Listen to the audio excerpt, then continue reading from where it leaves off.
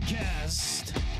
Jackson Hole radio broadcast of high school sports. This one live from Jackson, Wyoming, William T. MacIntosh Field as the South Fremont Cougars invade the MAC to take on our Jackson Bronx. For Jackson Hole Radio, I'm Jake Nichols alongside Timmy K. All the action brought to you by our friends at Jackson Lumber, Jackson's original board store, the town square ends of Jackson Hole, the Antler Inn, Elk Country and Cowboy Village Resort, 49er Inn and Suites.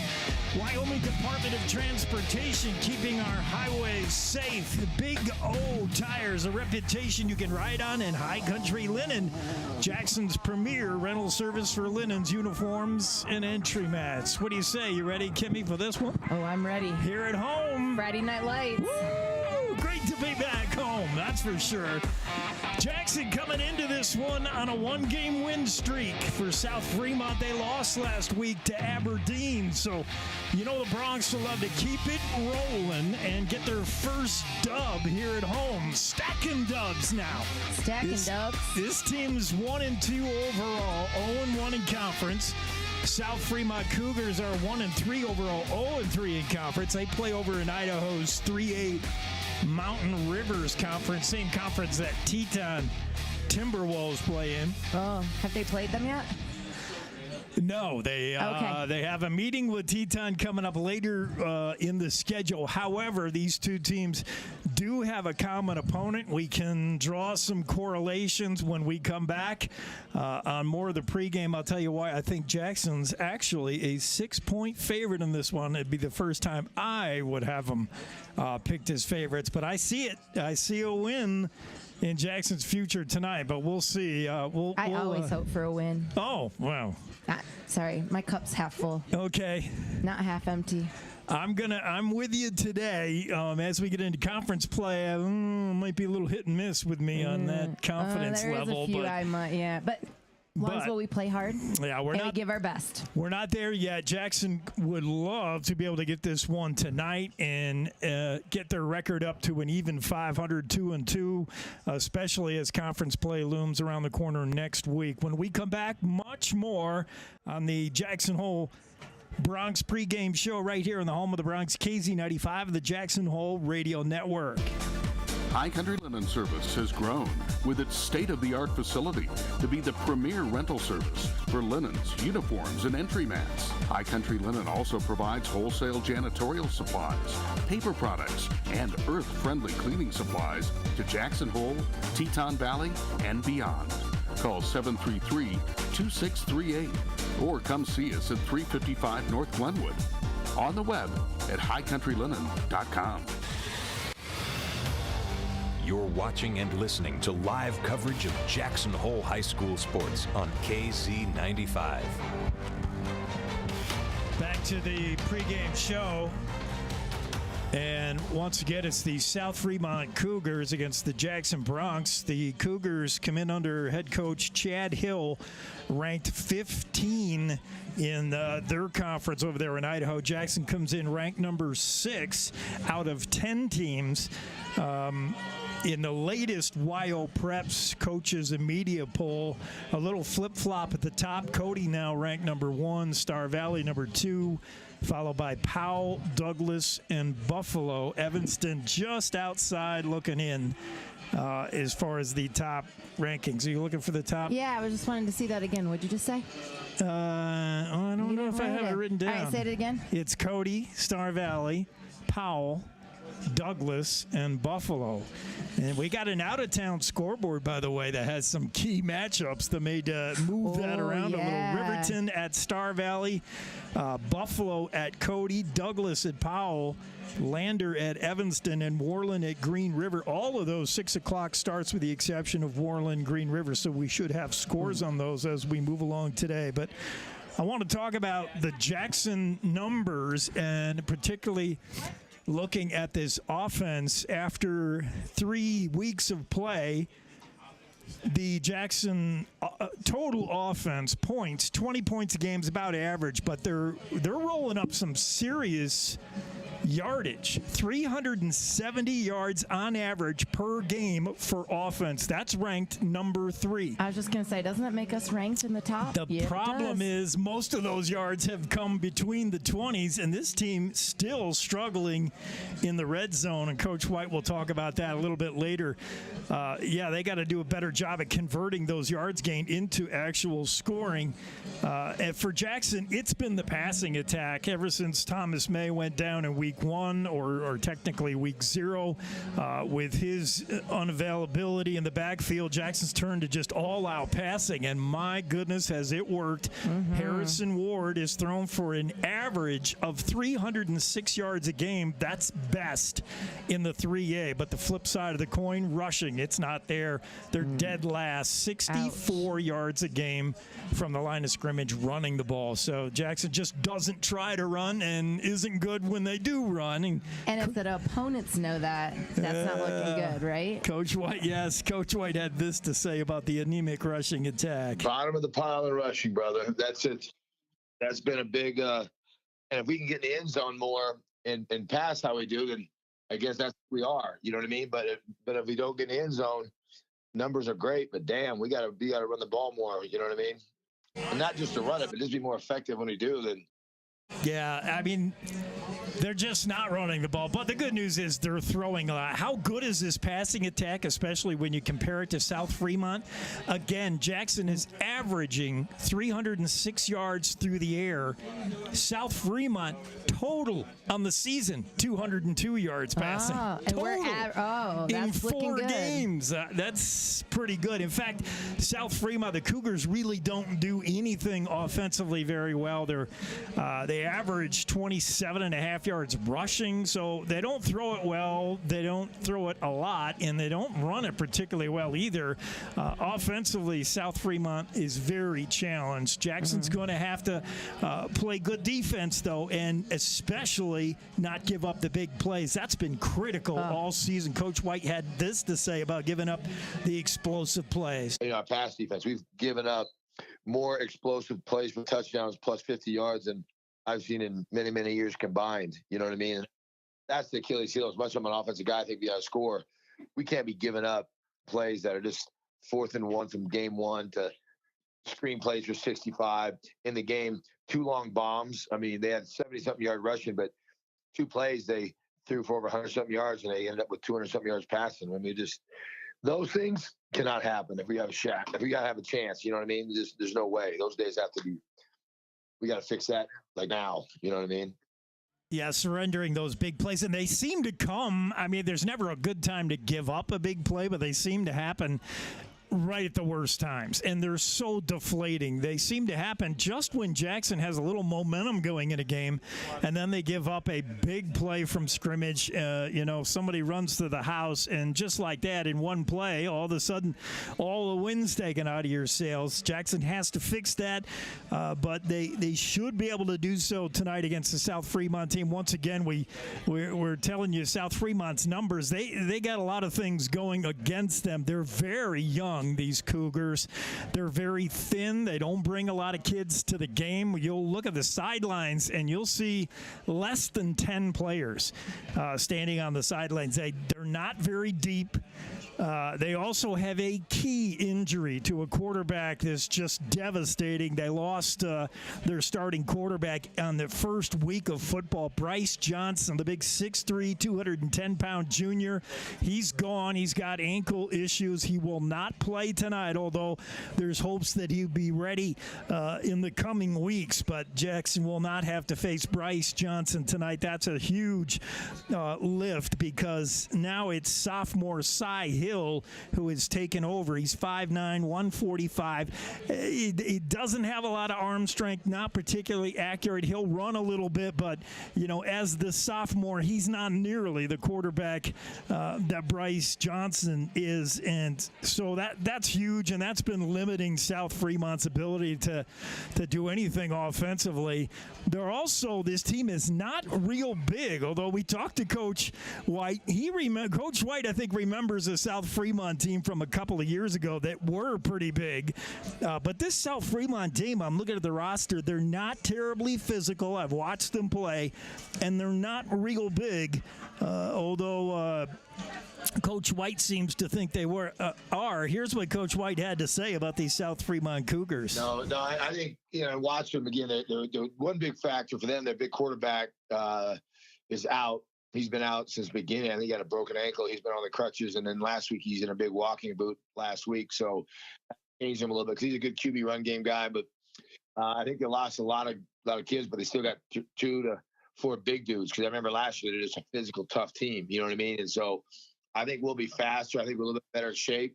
Again, it all comes down to execution and playing. You know what I mean? And Friday night, school's back in session. So I think that's always a plus for kids. High school football, man, it just depends what mood they're in and what kind of juice they got. But, run game-wise, we got to stop run game because they run it a lot more than they throw it for sure.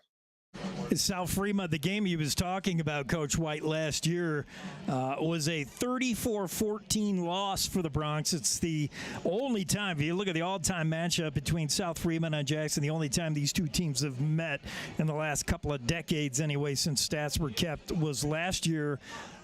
A September 16th game, so last year almost to the day. Jackson losing to South Fremont 34-14. That game was on the road in Idaho, so we got South Fremont here at home.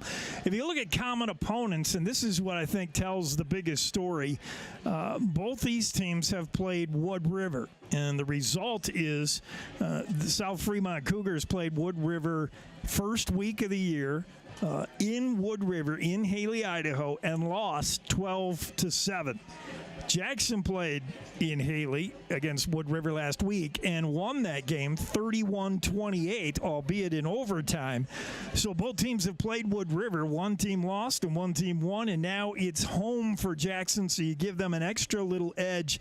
I'm handicapping this Jackson by 6. If I were to handicap it, it may be the only time Jackson's going into a game this year favored, because things get much, much tougher next week when the boys hit the road to Cody and we begin conference play. It's going to get much more difficult, but this a winnable game for the Jackson Bronx for sure. We'll come back, talk more with head coach David White, and drill down a little on our opponents, South Fremont, and some of the things that are going to be key to securing a victory tonight for Jackson. It's part of the Bronx pregame show right here at KZ95, the Jackson Hole Radio Network, and a reminder that we are simulcasting an on-demand video from our friends at mylocalradio.com.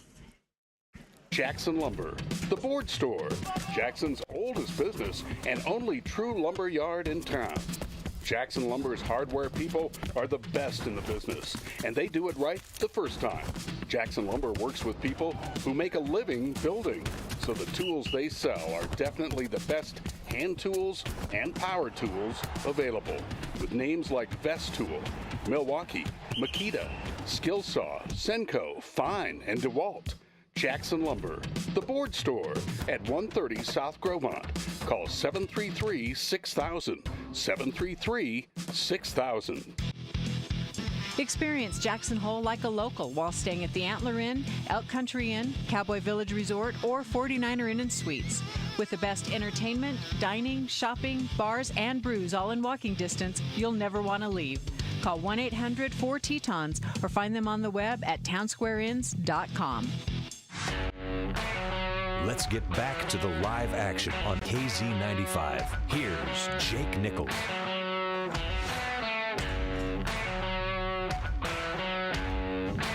Back to William T. MacIntosh Stadium, awaiting the start of this one. 7 o'clock kickoff scheduled. South Fremont and Jackson here on a beautiful night for football.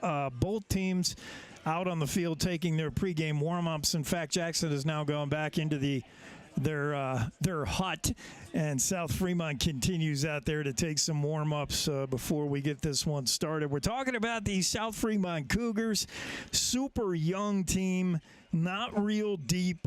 and not a lot of explosive offensive plays for them, but still not without weapons. You're going to hear the name Skylar Forbush, probably not a lot tonight. He's 6 foot, 160-pound senior is the wide receiver. He leads this team in virtually every offensive category. Cy Hill will do the quarterbacking. He's sort of the third string option after starter Bryce Johnson went down. They tried a little bit of Raiden Whitmore, but they'd rather have Raiden Whitmore playing on the outside as a running back, as a wide receiver. So you'll hear Raiden Whitmore's name called, but the second-string quarterback has now been pretty much converted to a running back and wide receiver. You'll hear Jet Bauer's name as well. He's one of the good-sized kids over there for South Fremont. Bauer, the big tight end, plays some strong safety and plays in the box on defense a bunch. You'll see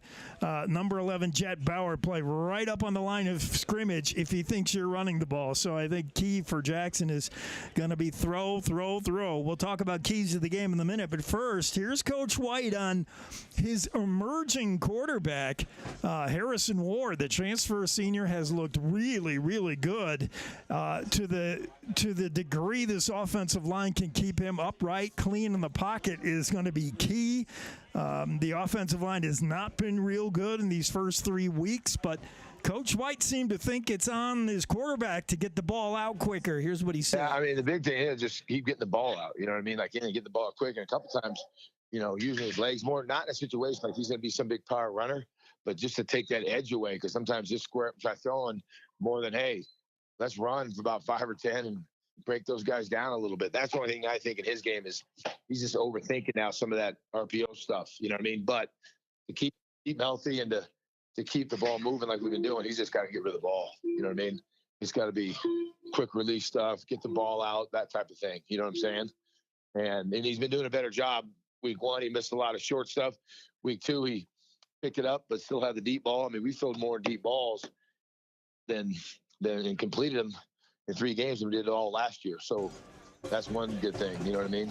Yeah, in addition to throwing and getting the ball out, Harrison Ward has got to take advantage of his legs, especially when you're looking at a backfield without Thomas May that has not been rushing the ball very well without May in the lineup. His replacements have been good, not great. There's a chance we may see May today. It's a rib injury. It's one of those pain management things. And as much as Thomas May thinks he can go, that's how much Coach White will use him. But we'll see. He's going to be a game-time decision on how often we see him. Otherwise, the running game falls to Waylon Cosby and David Brown. Brown's been the better of the two, but this team just doesn't run it a bunch and doesn't run it very well. They love to throw. And here's my keys to the game for tonight. I think Jackson has to control the line of scrimmage. They've really struggled on the offensive and defensive side of the ball as far as the line. And I think tonight is a chance for Jackson to maybe intimidate their opponent a little. I think this will be one of the few times Jackson can match up in size down in the pit, the hog mollies, and I think they've got to take advantage and maybe push around these Cougars because they will not be able to do that in Cody or Star Valley or Powell. Take advantage of it while you got it. I think they can be physical, and that's my second key to the game. Be physical with these Cougars. They're not a very big team. They're young. I think you can intimidate them and come out firing and come out hitting. The other key, and you heard Coach White mention a little bit the RPO, I think play action pass is going to be crucial. This South Fremont team, I watched them on tape. They love to crowd the box. They play what I would call a 5-2. You know, most defenses are a 4-3 or a 3-4. South Fremont plays almost a 5-2 where they put guys all up on the line, and and dare you to run, I think Jackson could take advantage of that by faking the run and throwing. It's called play action. I think they can kill South Fremont with that kind of stuff tonight. Play action passing going to be key. So that's my keys to the game. When we come back, we'll talk a little bit more about this rivalry. Not a big rival. These two teams don't see each other a whole bunch. We'll talk more of the pregame show, and we're just about 9 minutes away from kickoff here at Willie T. Mack. You're enjoying the Bronx pregame show on KZ95, the Jackson Hole Radio Network, and our in cooperation with mylocalradio.com. Texting and driving. Texting and driving? Everyone knows there really is no and. You're either texting or you're driving. In other words, if you're typing or reading anything while you're behind the wheel, you're not paying attention and you're not in control of your vehicle. That's why law enforcement around the state is cracking down on distracted driving. Hey, Wyoming, let's put an end to texting and driving, because we all know better. There is no and. This message was paid for by WYDOT. This is KZ95 with live coverage of the Jackson Bronx. Back to the action. The Jackson Bronx, as you can see, have just taken the field, and we're going to tell you the different ways you can join us tonight, and hopefully you take advantage of those. We're, of course, on radio, KZ95. We're live streaming audio to the world on KZ95.live. You can also catch us in the Jackson Hole radio area on your radio if you carry one of those along with you, and who doesn't, right? KZ95, that's 95.3 FM. At least if you're in your car, you got one with you. If you're in your car, you got that going. And then hopefully you want to see the moving pictures to this whole deal. We invite you to join us on our YouTube channel, Jackson Hole Radio. If you're not a subscriber yet, what are you waiting for? Get on there, hit the subscribe button, and join us at YouTube, Jackson Hole Radio, and you'll never miss a game. As we get ready, the national anthem here, and let's listen in and catch the national anthem live.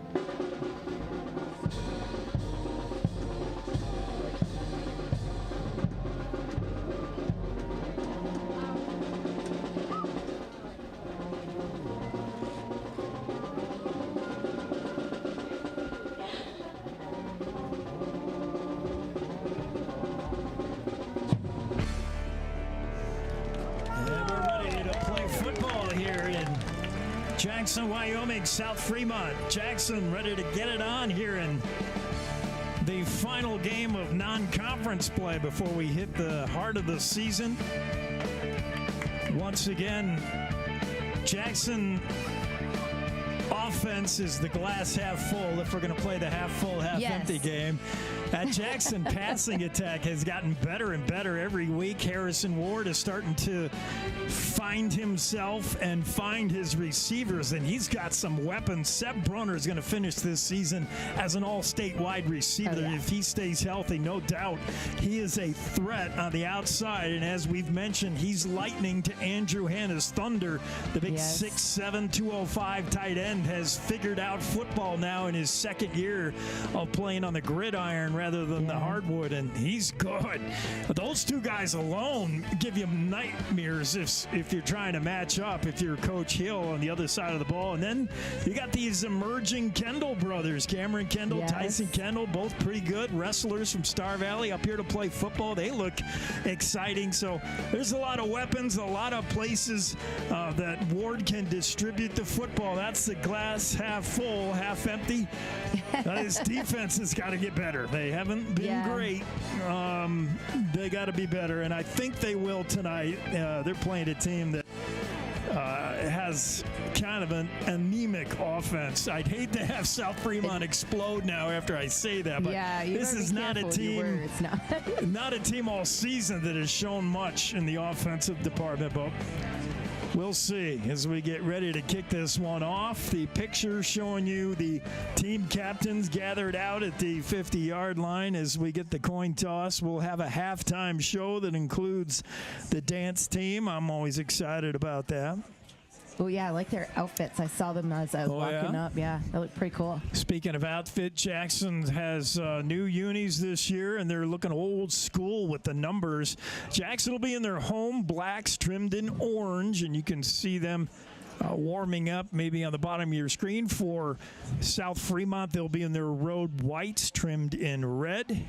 Will be the Cougars, and all the captains are out there for the coin toss. There's not too many teams in the country that can say that their ceremonial coin toss of the opening day of football was done by Nicky Six of Motley Crue, but that was the case in the Week 0 game against Teton when Nicky Six flipped the coin. And we just get a regular old ref doing it now, and it was just opening game, right? Just for opening. Opening game, Nicky, special start off the season. I mean, he's probably here watching right now. He could drop in anytime. You never know.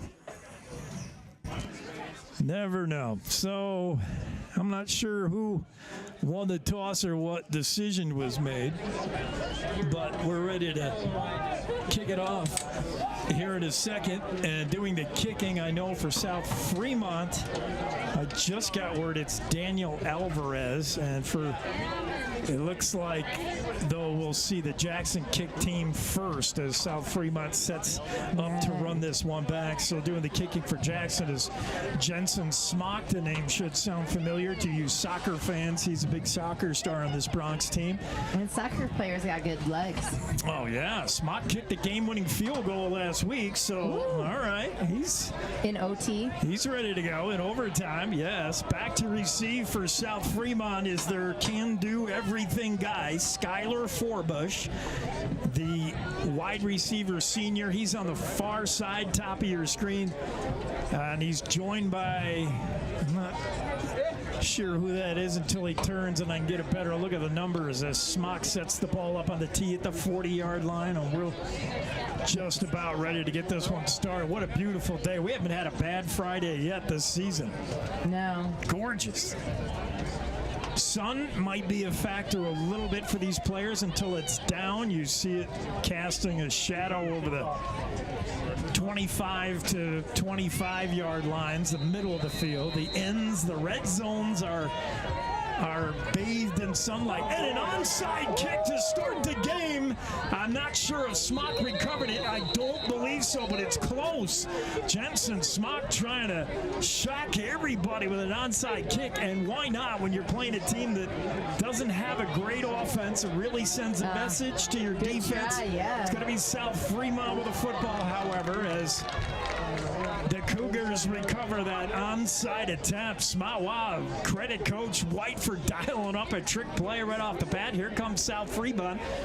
1st and 10, quarterbacked by the sophomore, Cy Hill. We mentioned he is the third-string quarterback. Their starter out with an ankle injury. The number 2 guy you'll see lined up at wide receiver now. And this is the young sophomore, Cy Hill. He comes up behind center in the I formation, 2 running backs behind him. 1 receiver to the left, 1 split wide to the right. Handoff up the middle. Not a lot of room there for the fullback, Hayden Hadley Hill, who runs into a couple of Bronx defenders, a pickup of about 1. It'll be 2nd and 9. Fremont starting this drive. Good field position at their 48-yard line, courtesy of a onside kick attempt that did not go Jackson's way. 2nd and 9 now for the Cougars. This time in the shotgun is Hill. And he's got 2 receivers, right, 2 left. He's kind of in that wing T. Hill wants to throw. Goes back. He's going to swing it out to Hadley Hill. Incomplete. So Hill to Hill. That doesn't work as it goes off the hands of Hadley Hill, the fullback, and it's now 3rd and 9. Cy Hill was looking downfield. He thought maybe he would find something. There was nothing there really, and he took his outlet to Hadley Hill, the fullback, and Hadley just couldn't bring it in. That's still Hill in the backfield now with Cy Hill, the quarterback. 1 receiver left, 1 to the right. And the snap. Back to throw it. Cy Hill has time. Fires near side. Caught. That's a first down. A nice play. Jerome Chichton on the catch. And South Fremont converts on 3rd and long. Nice pass to Chichton and a good reception. Jerome Crichton, the junior, 5'10", 165 pounds, and he was open. The ball was on target. So Cy Hill in the early going is now 1 for 3 in the air. He's got again Hadley Hill behind him in the backfield. 2 receivers to the right from the gun. Little muff on the snap, and Hill's just going to jump on it at the 40. That's a loss of 5. As he had trouble with the snap. The snap a little bit low, but I think Cy Hill took his eye off it and just dropped it and fell on it. 2nd and long now. Forbush comes in with the play from the sidelines. He immediately meets with his quarterback, Cy Hill, to relay the play. And now they're ready, and that's Forbush split wide to the right. In at the slot is Crichton, who's got his team's only catch so far. In the gun is Cy Hill with Hadley Hill behind him. From the shotgun, there's a snap. Back to throw, Cy Hill. Looking. Now he's going to pull it down and run, and he does not get far. Jack Barazay pummels him down, a loss of 2. It'll bring up 3rd and long for South Fremont. Hill just couldn't find anybody open, and he had that clock going in his head saying, I got to get out of here. And Jack Barazay said, you're not going anywhere. 3rd and long now for South Fremont. They converted on their last 3rd and long. They sent 2 receivers to the right. Hadley Hill in the backfield along with Cy Hill, the quarterback, who will take this snap from the shotgun. Back to throw. Cy Hill looking. Right side, far side. Throw is caught. That's short of the first down. What a throw. That was perfect. Nice. Skylar Forbush on the reception, and decision time here for South Fremont. They're going to be short 4th and 2, and I would imagine they got to go from this place on the field. They're at the Jackson 28-yard line, and they will indeed go for it. Jackson Bronx, their first chance to make a big stop here. Can the defense respond? Hadley Hill in the backfield, and he's joined by, I can't see who that is. Shotgun snap for Cy Hill. There's the snap. Hill lost the handle, and no matter who recovers, it's going to be Jackson ball at the 32-yard line. It won't matter, as that was a 4th down play, and for the 2nd time, Cy Hill took his eyes off the snap and dropped the ball.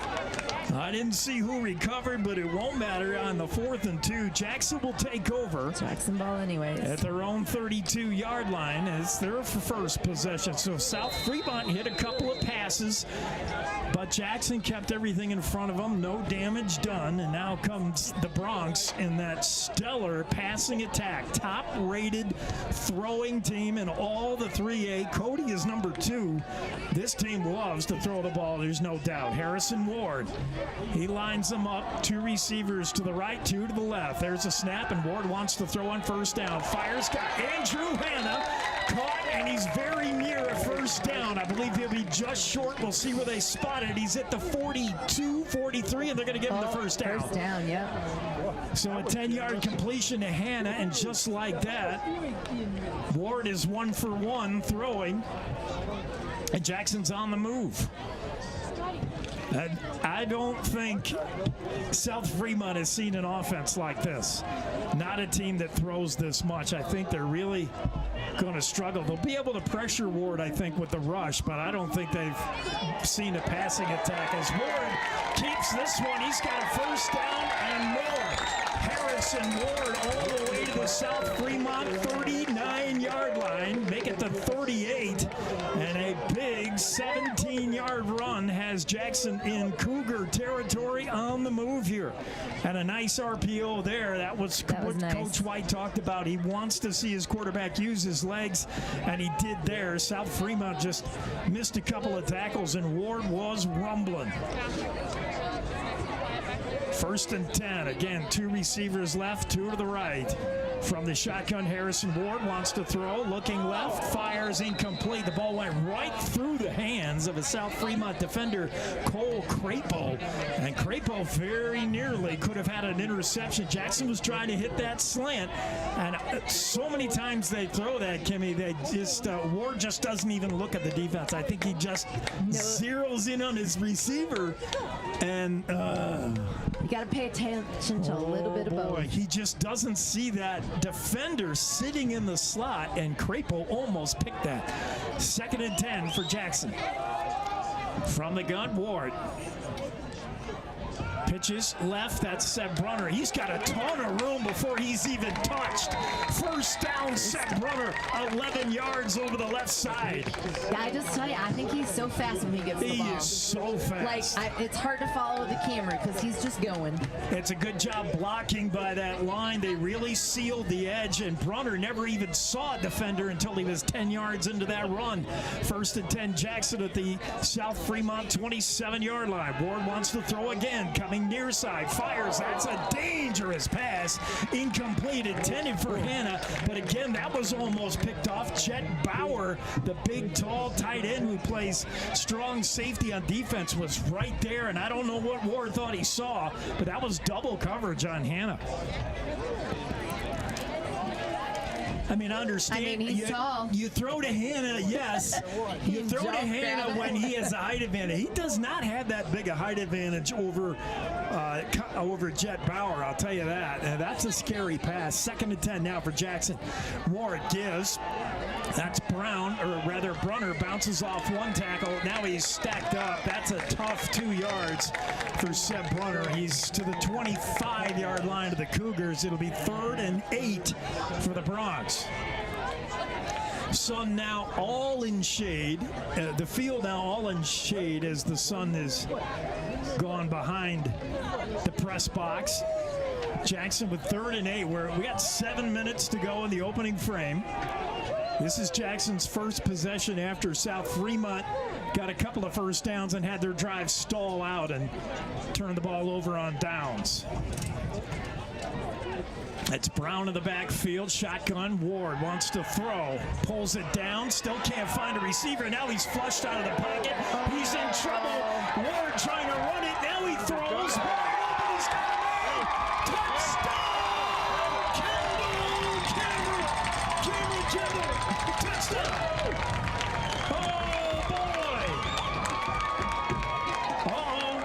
Oh, no. Oh, no. Oh, are we coming back? I don't see a flag or anything.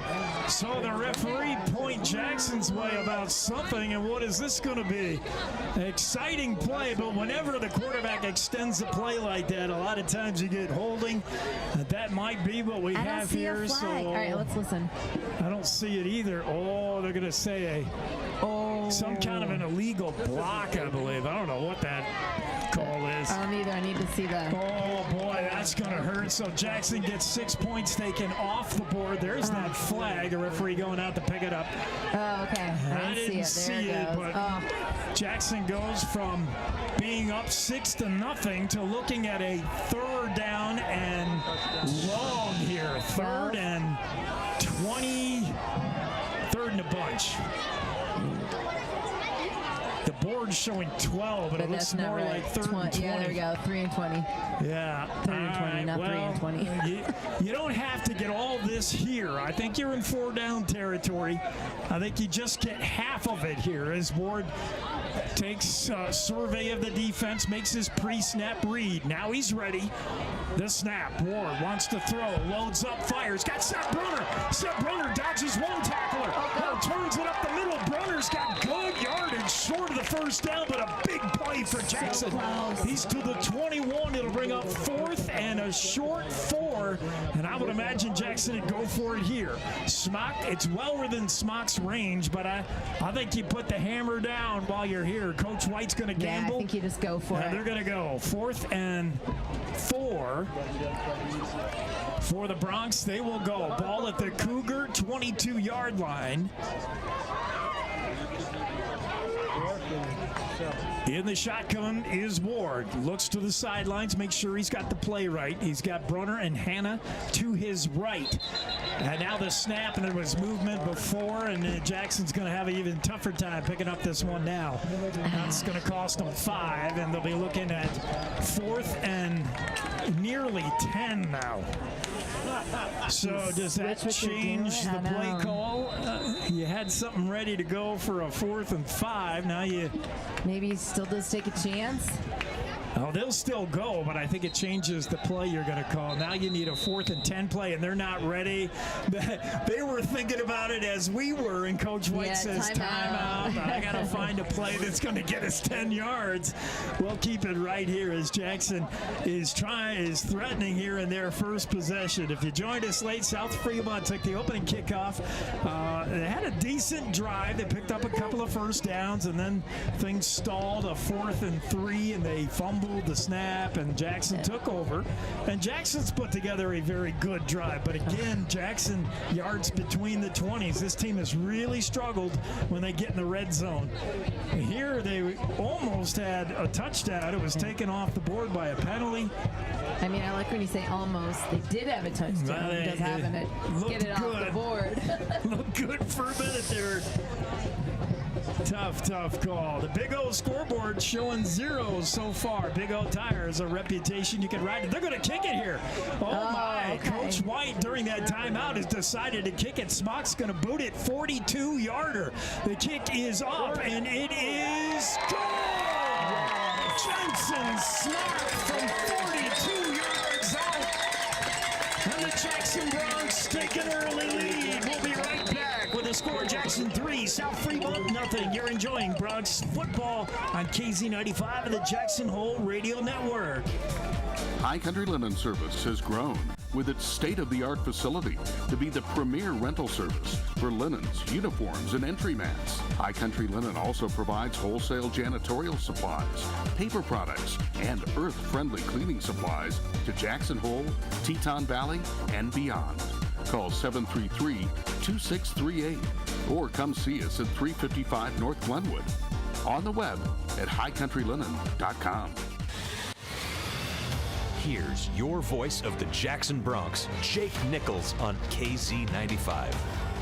Jensen Smock has given the Jackson Bronx a 3-0 lead. The 42-yarder was right down the middle, and that would have been good from 50 or more. Yeah, that looked nice. He bombed that thing. Last time Smock kicked off, by the way, forgot to mention this, that was an onside kick to start the game. I would imagine Smock will be banging this one away now, but we'll see. You never know. Back to receive again. It's Forbush on the far side. That looks like Hadley Hill on the near side. This one to Forbush. Back in his own end zone. He thought about coming, but he will not. I guess they can't come out of their own end zone. That must be because that ref blew it right away. I don't know. It might be a new I'm ashamed rule that I don't know that. We should figure that out because I know some rules changed. Forbush caught that 1 yard deep in his own end zone. He wanted to come out, but the ref immediately blew the touchback. And I believe you cannot advance the ball. You can't return the ball that's in the end zone. So Smock just bangs one in the paint. And 1st and 10 from their own 20 go the South Fremont Cougars. Let's see how they respond to Jackson's early 3-0 lead as Cy Hill brings them up. Got Hadley Hill in the backfield. 2 receivers split wide right. That give is to Hadley Hill. He's coming left side. He's got some running room until he's finally brought down. On the tackle, Jack Barazay, but it's a pickup of 8. It'll bring up 2nd and 2. Hadley's a pretty big guy, Hadley Hill. I want to keep calling him Hadley because I don't want to confuse him with Cy Hill. They're both Hills, so if I call him Hadley once in a while, that's on purpose.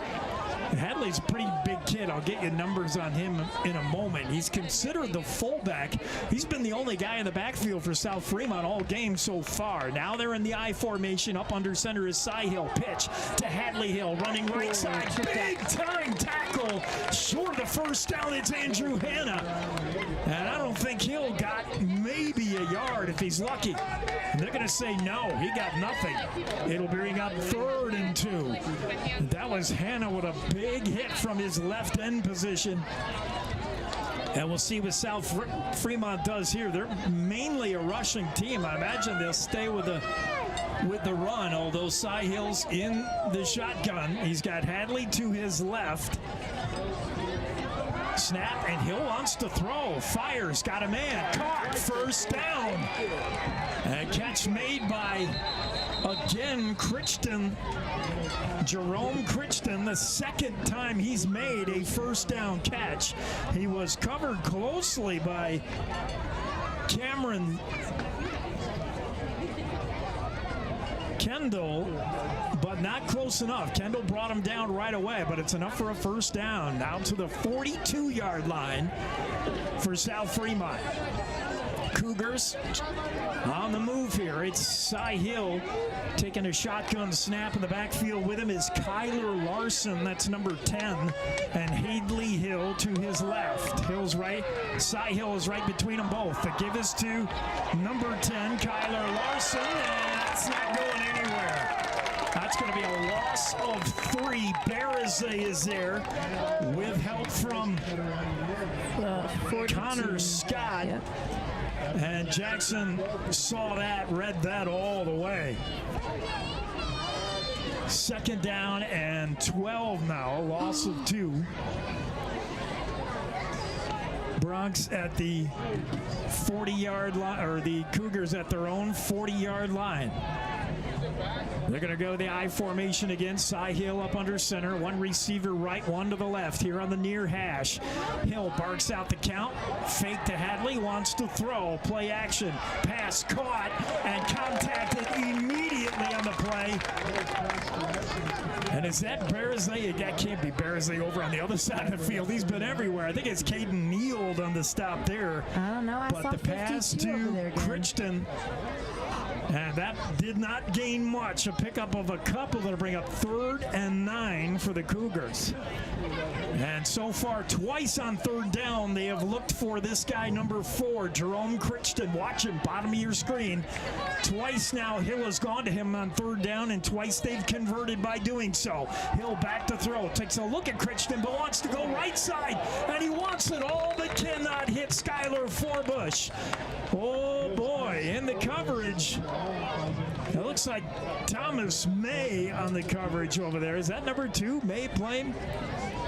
I can't see that far. May was with him stride for stride. A better thrown ball, though, might have been interesting, but overthrown. Cy Hill overthrows Forbush's favorite receiver. It'll bring up 4th and 9, and South Fremont will have to punt. Back to receive is Seb Brunner standing at his own 23-yard line. Here's the boot. It's a good one. Brunner comes up, handles it at his own 25, breaks 1 tackle. That's Forbush. He got out of the arms off, and he breaks 2 tackles, but he won't break the 3rd. A 5-yard run back for Seb Brunner, and he's out to the 30. Jackson will take over 1st and 10. So twice now the defense has done its job. They bend but don't break and force the punt here, and will take over. Flag on the field. Usually it's going to be the receiving team, and we'll see if they march this back on Jackson with a hold or a block in the back. It will be against the Bronx, and it's going to be a 10-yarder back to the 20-yard line. So Jackson will take over 1st and 10 from the 20. Bronx settled for a field goal on their last possession. 2 minutes remaining in the first. Jackson up 3-0 over the South Fremont Cougars.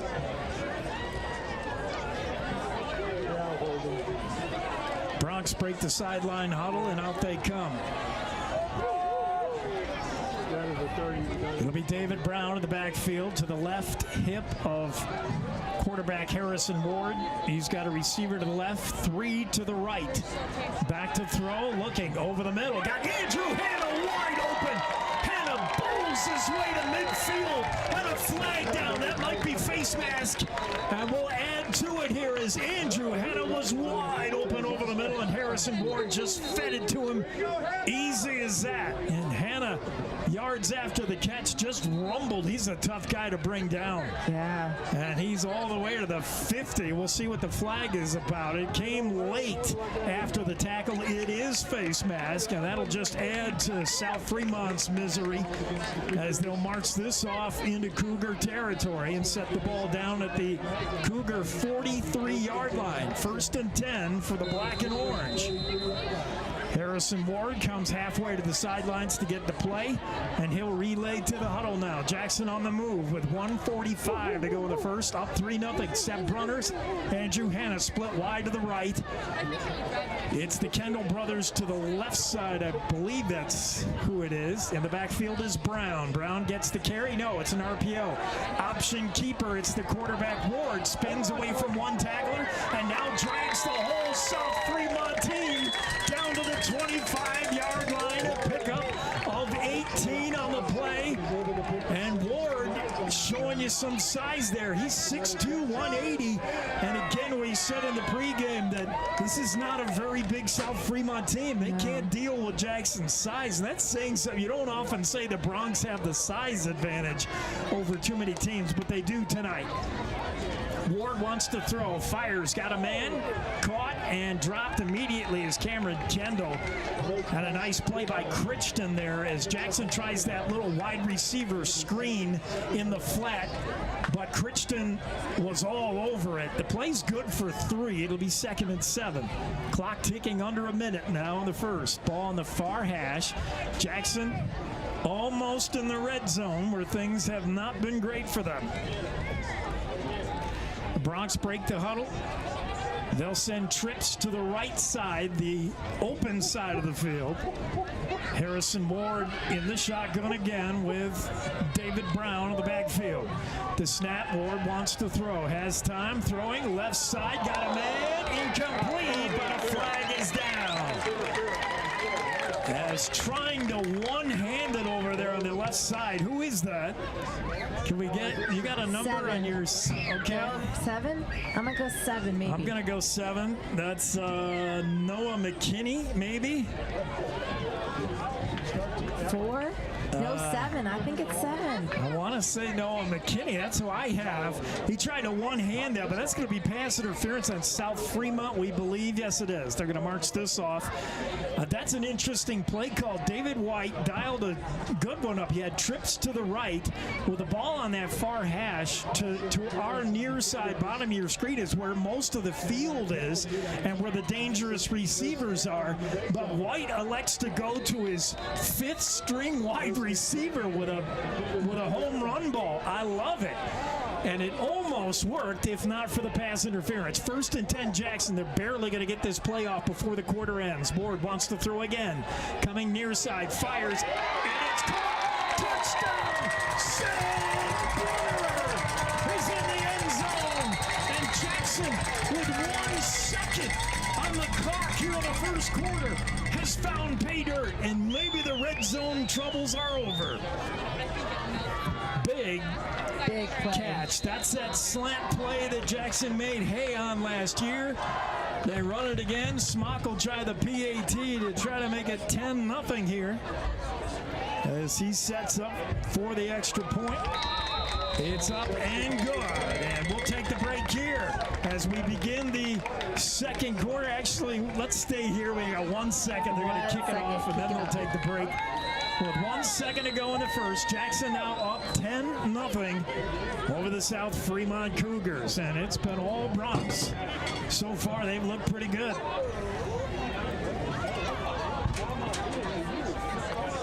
Harrison Ward has done a good job distributing the ball, trying to get it to a variety of receivers.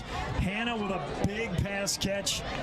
And Seth Brunner right there with that slant into the end zone. And It's the usual suspects that have gotten Jackson off to a 10-point lead. And don't forget, Jensen Smock, game-winning field goal last week, kicks a 42-yarder here to start. And while I hate settling for field goals, I like Smock kicking a field goal there, but I think it juices the whole team. When they see that they've got a kicker, I think it gives the whole team a boost. They think, you know what, if this game got close, if we ever need Smock, he is the man. And Smock has shown his leg. He's already kicked one into the end zone. He'll try to do the same here. And if he does, no time will go off the clock as he boots one. That's in the end zone, but coming out is Forbush. Forbush, the far side, eludes one tackler. He's out across the 25 to the 27, where South Fremont will take over when we come back. 1 quarter in the books. It's Jackson 10, South Fremont nothing. You're enjoying Bronx football on KZ95 and the Jackson Hole Radio Network. Experience Jackson Hole like a local. Recently renovated, the 49er boasts a new lobby, extended continental breakfast, indoor swimming pool, fitness facility, and 12-person outdoor hot tub. Located on Pearl Street, the 49er is just 3 short blocks from Jackson's greatest bars and restaurants, where you'll find your home away from home. Enjoy your time in Jackson as part of the Town Square Inns, and stay at the 49er Inn and Suites. Live play-by-play coverage of Jackson Bronx sports continues with Jake Nichols on KZ95.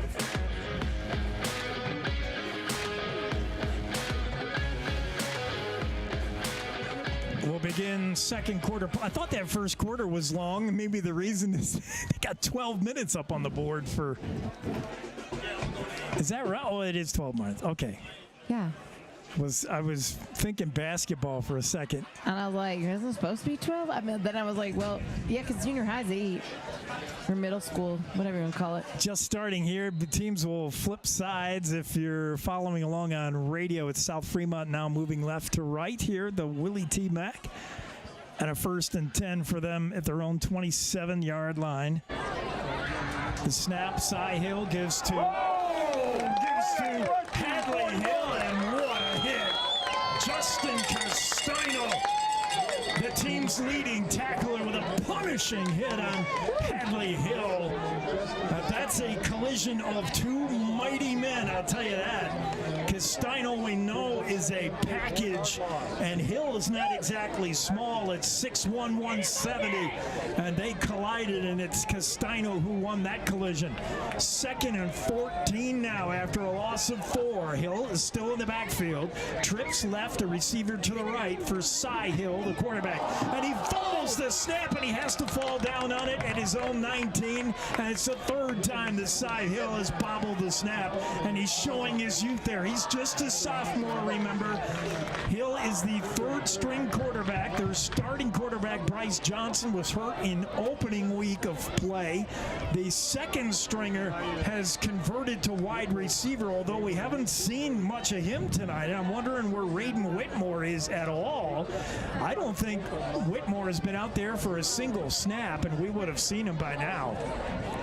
So it's been all Cy Hill at quarterback, Hadley Hill at running back, and then Forbush is the outside threat. But boy, South Fremont just without weapons. And looking at 3rd and long here. Cy Hill to throw, loads up, fires over the middle, and it's picked off, intercepted by the quarterback.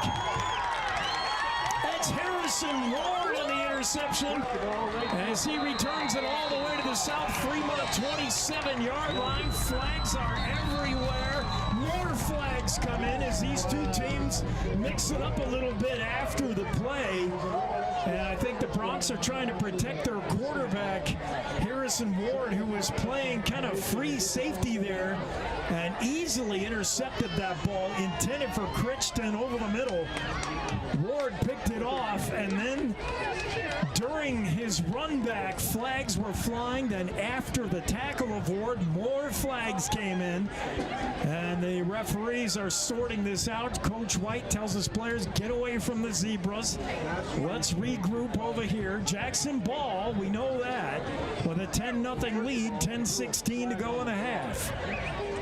And we'll get word here from the referees. I got to think that they're going to be marching something further off into Fremont territory. There was a couple of late hits there, an extra on Ward. Ward was staying upright, trying to keep going, and then I think the whistles blew, and they called him down and dead, but he wasn't down. So the Cougars still kept playing and trying to deliver some late punishment there, and that's what got the Bronx mad, and I don't know. We're still waiting to see what's going to come of it. It is a personal foul on the Cougars, personal foul on Jackson. They're going to wash out, so we're not going to do anything. Meanwhile, there was a flag earlier. Oh, that's going to be on Jackson. So the after the play funny business washes out. Both teams had an offender. Meanwhile, the flag that went down on the run back was I believe, a clip, a block in the back or something. It was a 15-yard penalty, so it's coming all the way out to the 42-yard line of South Fremont. He pointed to Fremont, so does Fremont have the ball? Okay.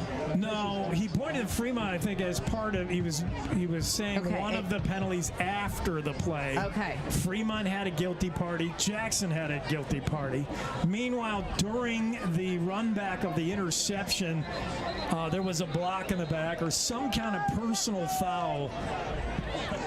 It's a 15-yard penalty, so it'll put the ball back at the 42-yard line. The Bronx should have it here in Cougar territory. Oh, yeah, we are going that way now. Okay. Yeah. So, wow, we get that sorted out. Here comes the Jackson offense. South Fremont is still not out there. Wait a minute. Is it the Jackson offense? I still can't tell. I think South Fremont... Yeah, it's... Oh, it's our ball. Yeah. Yeah, it's Jackson ball. Sorry, Harrison Ward the snap. Wants to throw, has time. Firing right side, he's got a man! It's right on the money! It's touchdown! Jackson!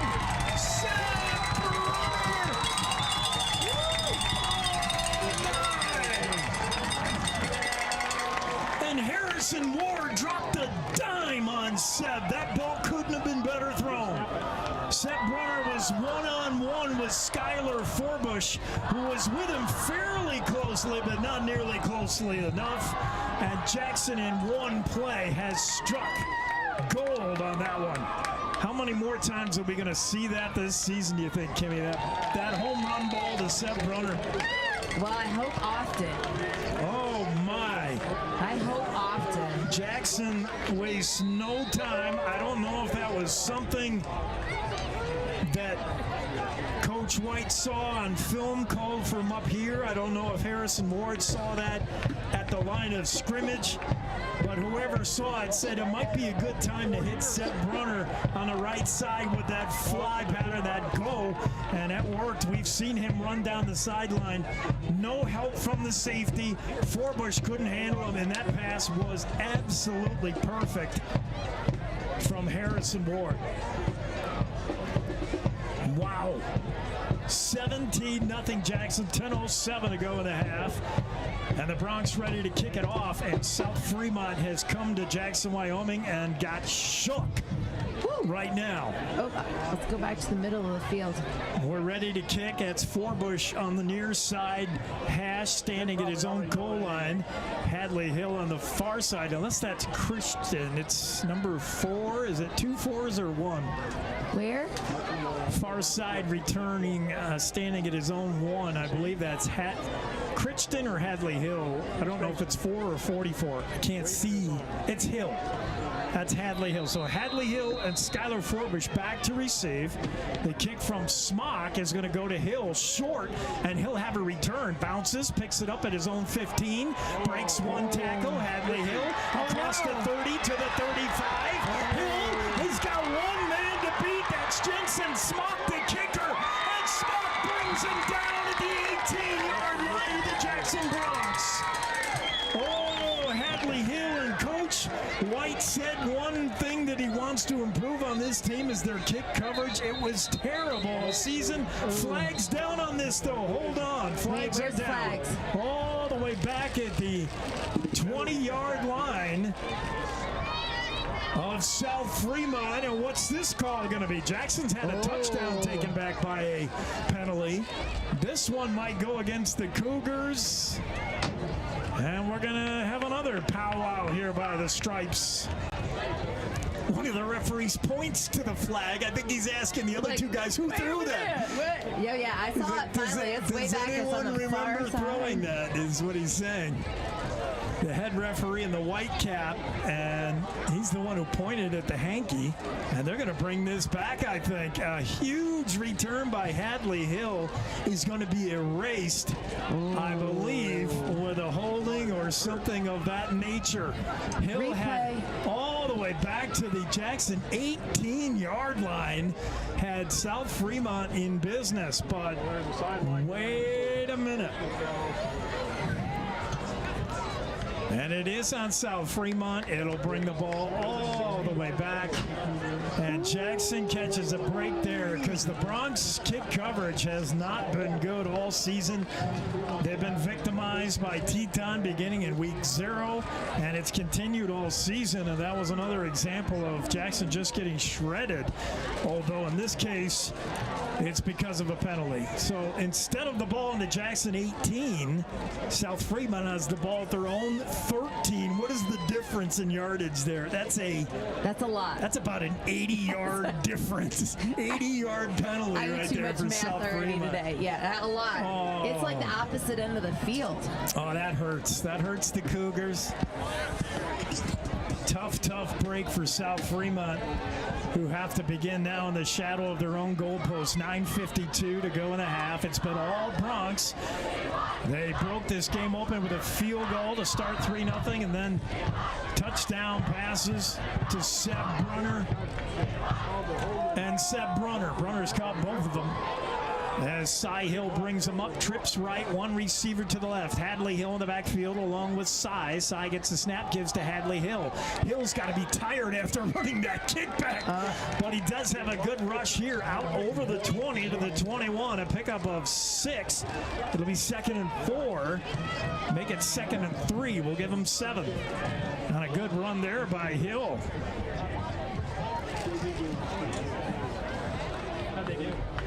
Just a give right up the middle, no tricks there, as taking a peek down on the sideline, the trainer looking at one of the Bronx players. Jensen Smock coming over just to have a drink of water. I was hoping he wasn't hurt after making that tackle. He's not.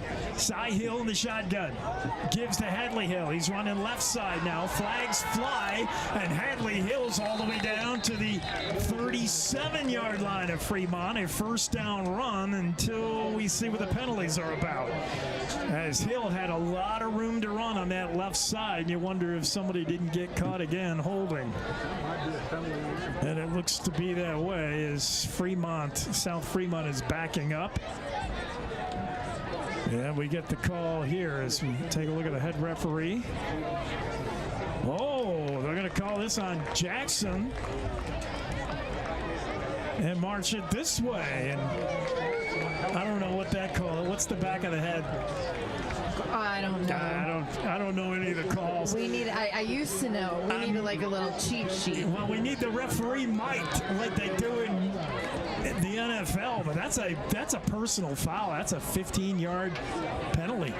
That's all the way into Jackson territory at the Bronx 49. So that's a costly one. South Fremont with just under 9 to go now. Will break the huddle. Hadley Hill in the backfield along with Cy Hill. 1st and 10 in Jackson territory. The Bronx defense has bent but not broken as Cy Hill does his pre-snap read, puts Crichton in motion, and whistles fly before the snap. Whistles before the snap. This is probably going to be motion. It is on the Cougars. It'll bring up 1st and 15 now. And problem with the motion, you know, a lot of South Fremont struggles at offense. Obviously, our quarterback, you've got an underclassman, a sophomore, who, when the season started, was on the JV team and not even starting, I don't believe, on the JV team. He's now the 3rd string quarterback after Bryce Johnson went down. So it's tough for South Fremont. And they're also also, I believe, missing a big piece of their offense with their other wide receiver, as a throw here, incomplete, looking for Skylar Forbush, and just a little bit tall for him. There on the coverage was Justin Castano. Yeah, this South Fremont team is missing Raiden Whitmore. I have not seen him at all, and he's got to be injured as well. Those are two key injuries that a team that's not very deep can't overcome. You look at the South Fremont sidelines, there's only about, 6 or 8 eligible guys to play on the sideline. They do not have many players. Yeah, they're 2nd and 15 for the Cougars. Cy Hill puts Crichton in motion and back to throw. Hill has tons of time, fires, that's overthrown as he's over the top. The pass intended for Kyler Larson, the junior, but well overthrown to bring up 3rd and long for Fremont. 7:58, clock stop with the incompletion. And the ball at the Jackson. So the ball, after the penalty, the ball in Fremont territory on the South Fremont 46-yard line. 3rd and 15 for the Cougars. Jackson defense looking like they're going to play it soft. They're back off the ball a bunch. Safeties deep, playing 2 deep here. They rush 4. Back to throw is Cy Hill. Over the middle. Got a man. It's Skylar Forbush. But the tackle immediately made short of the first down. It's a pickup of almost 10. But Tyson Kendall is right there to bring down Forbush. It's going to bring up 4th and 5. And South Fremont's going to go. Why not? And be down 17-0 in hostile territory. A punt really doesn't do you a whole lot of good here. You've got to make something happen offensively if you're South Fremont. I don't mind a gamble here. We'll see what they can do. They send Crichton wide to the right. Forbush wide to the left. 2 men in the backfield along with Cy Hill. Hill looks around, gets a read of the land, and calls for the snap. Now movement. Looks like the Bronx were off sides, and that's what it is. Encroachment on that left side. And I believe the guilty party is going to be Cruz Foray. I think he flinched and he got in the neutral zone. So that gives a free 5 to South Fremont. That is enough for the first down. So the Bronx gift the Cougars with a first down courtesy of the encroachment, and not the way you want to do things. That drives coaches crazy. 1st and 10. They move the sticks. Cy Hill in the shotgun with Hadley Hill just off his right hip. That gives it to Hadley Hill left side. Not a lot there. Jackson closes quickly, and that's a gain of 0. 2nd and 10 coming up, but a good job of the Jackson defense to stack that up. So far, South Fremont is running away from Hannah's side, I believe, although that time they ran Hannah's side, and it's tough to do anything on the left side of your offense, the right side of Jackson defense, with big Andrew Henna there at the right end. Skylar Forbush split wide to left. It's twins left and right, with one in the backfield for Cy Hill, facing a 2nd and 10. Hill gets the snap, gives to Hadley Hill, and Jackson not fooled by the draw play. Hill picks up 1. It'll bring 3rd and 9.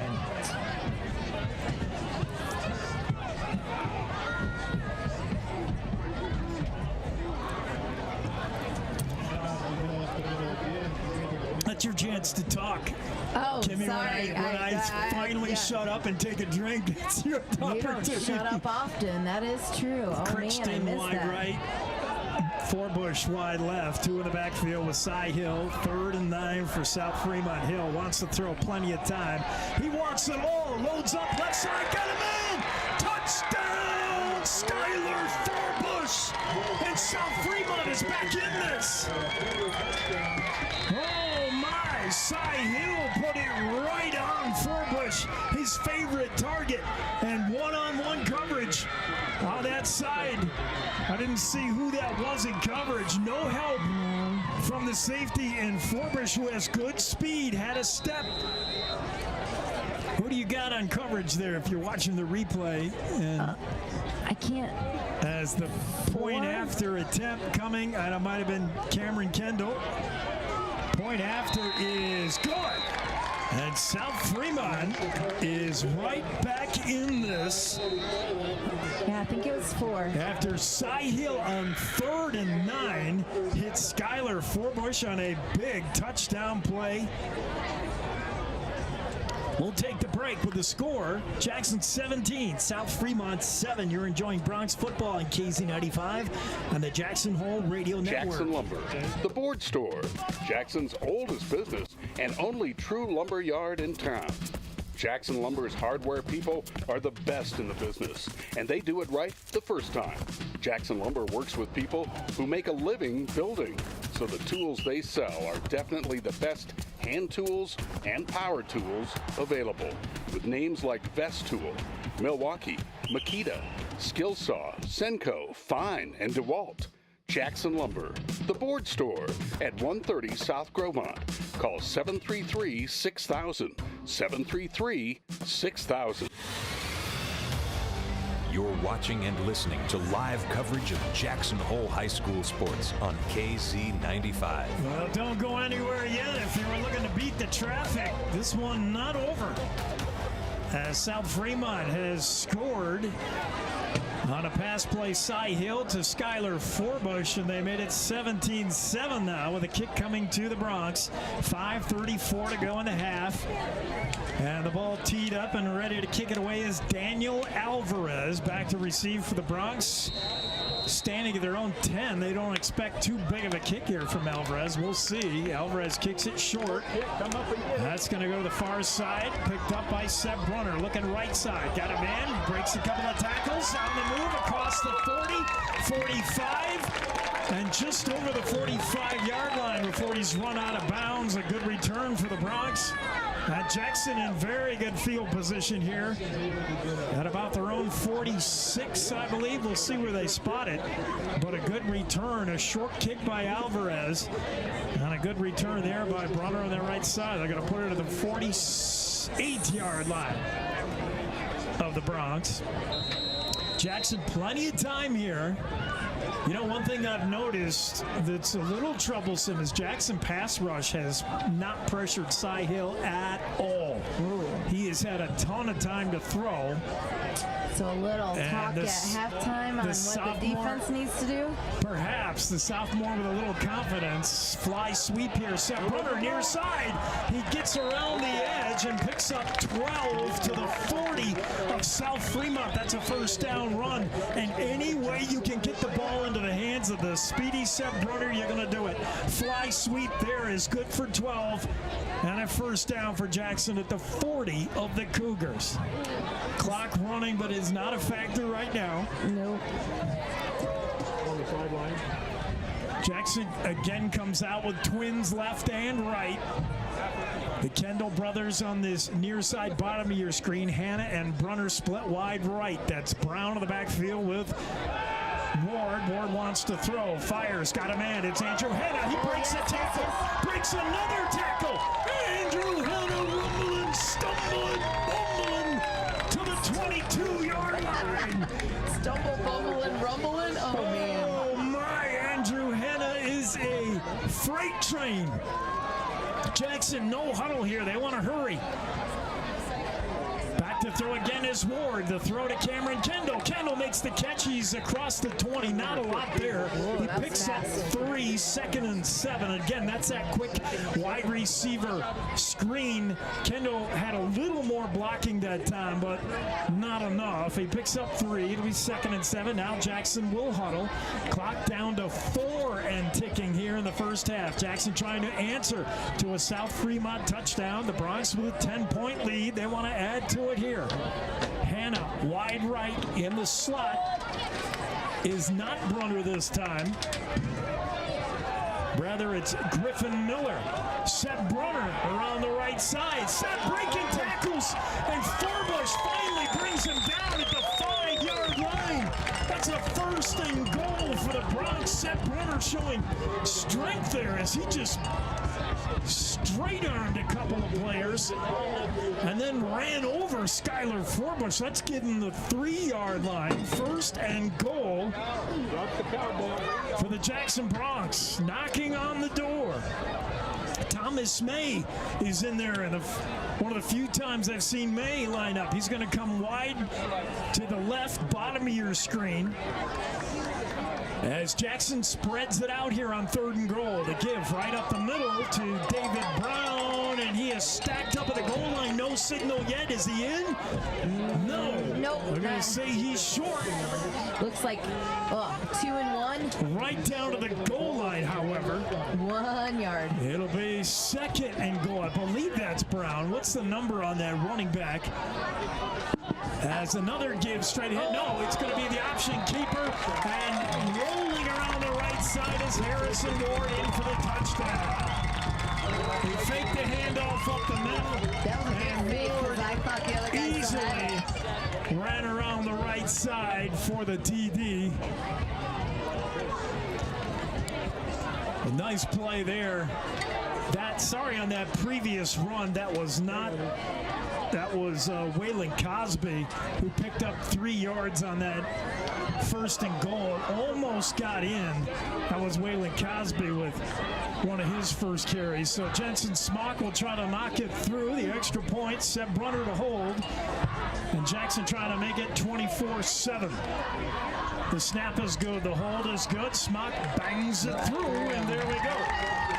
Jackson answers quickly and affirmatively with a touchdown to make it 24-7 with 2:37 to go in the half. We'll take the break. Bronx football on KZ95 and the Jackson Hole Radio Network. Texting and driving. Texting and driving? Everyone knows there really is no and. You're either texting or you're driving. In other words, if you're typing or reading anything while you're behind the wheel, you're not paying attention and you're not in control of your vehicle. That's why law enforcement around the state is cracking down on distracted driving. Hey, Wyoming, let's put an end to texting and driving because we all know better. There is no and. This message was paid for by Wydot. Let's get back to the live action on KZ95. Here's Jake Nichols. It's been a fun football game. Lots of offense.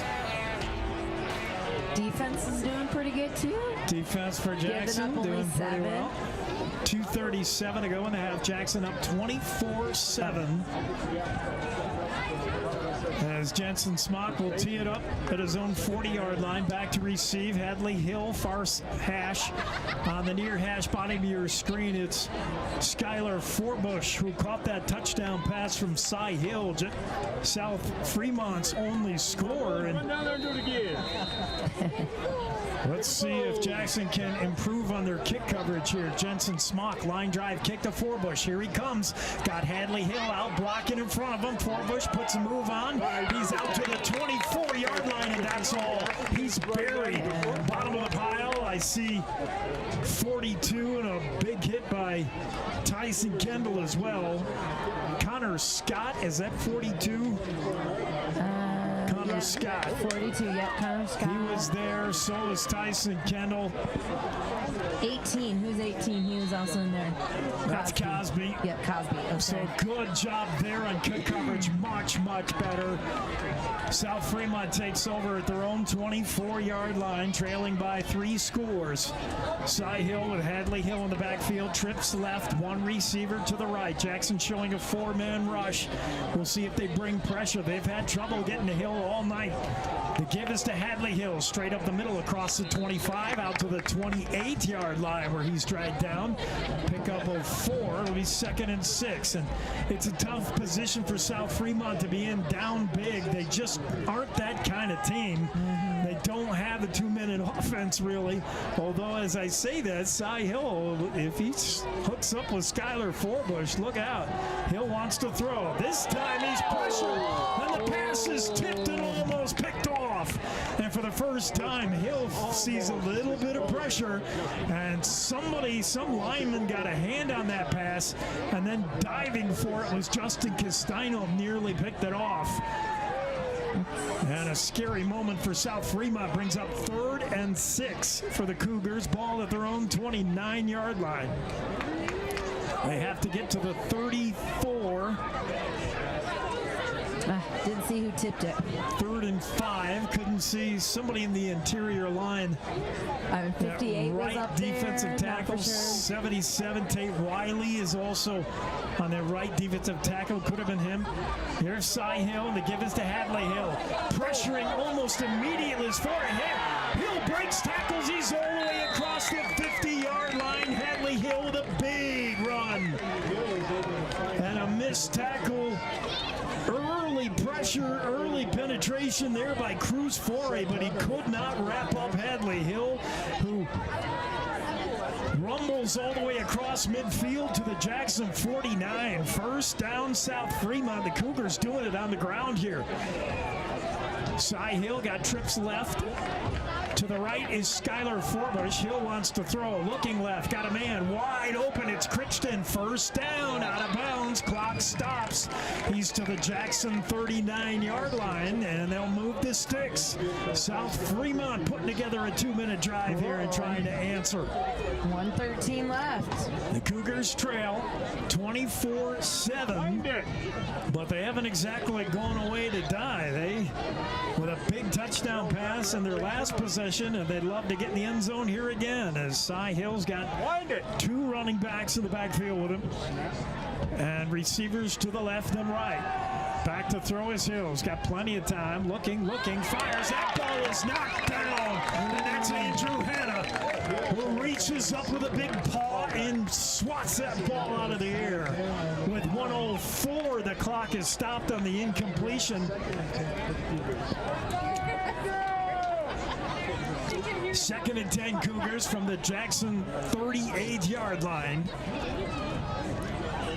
1:04 to play. South Fremont trying to get in the end zone one more time here before the half ends. And at least go into the locker room saying, hey, we're hanging with these guys. Cy Hill, quarterback in the gun. The sophomore showing poise for an underclassman, has Hadley Hill right behind him. Snap and looking to throw. Crichton off his hands, incomplete. Justin Castano right there on the coverage. Drags down Crichton, but he could not secure the football. It was a good pass from Hill. Hit him right on the hands.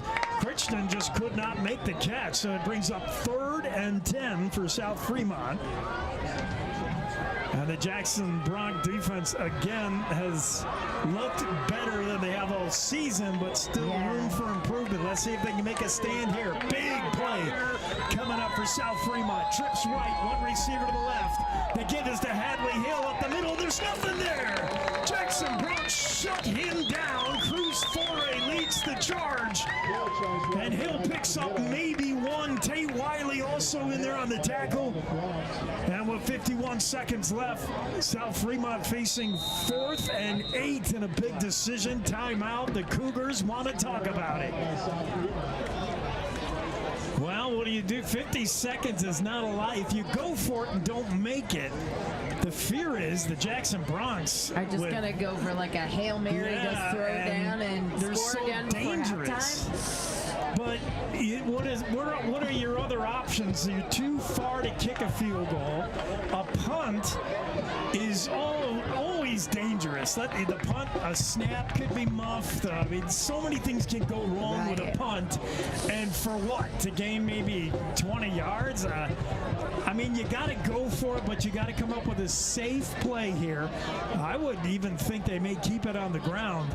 It's 4th and 8. And I think there's no doubt the Cougars will go for it. But again, the worry is you give the Broncs the ball back with 45 seconds, let's say, if Jackson calls a timeout. That's a lot of time sometimes.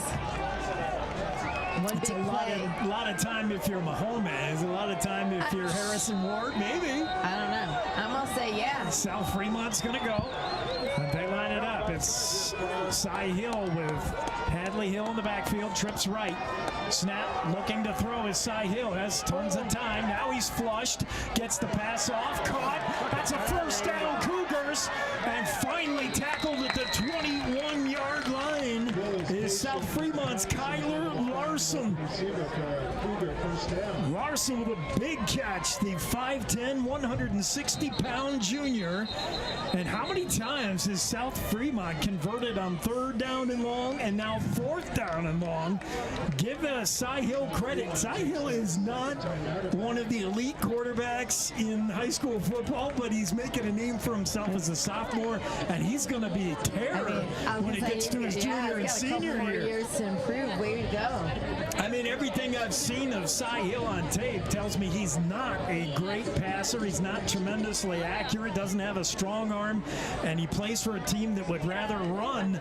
And here he is completing some big passes in the first half, and he's got South Fremont in it. As a timeout by the Cougars, and they're trying to put the ball in the end zone here. The clock is ticking. I don't know why. It's 1st and 10, South Fremont. The ball at the Jackson 22-yard line. So first downs aren't going to matter. The time is your enemy if you're South Fremont. You got 22 yards, and you've got 40-something seconds to put it in the end zone.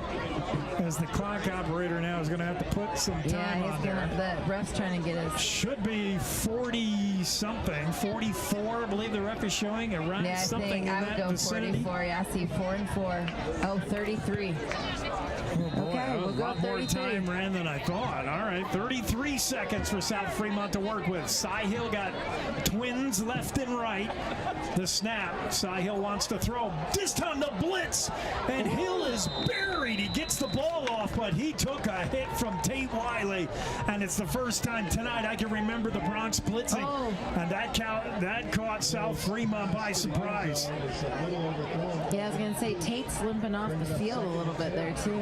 Boy, did he put a hit on. Is that pretty tasty? And Cy Hill had no time at all. He did unload it as he saw the pressure coming, and Wiley just rushing right up the middle from his right defensive tackle, applying the pressure. It'll be 2nd and 10 now, 28 seconds. And Cy Hill with Hadley Hill behind him, trips left. Back to throw, whistles before the play. Is that Thomas May? He got off. He was back there. May was blitzing from his corner position. Was he encroaching or not? No, they're going to say movement. False start. Thomas May was applying the heat. Looked like Jackson wanted to dial a corner blitz there. May was coming from the quarterback Cy Hill's right side and was making a beeline for the QB.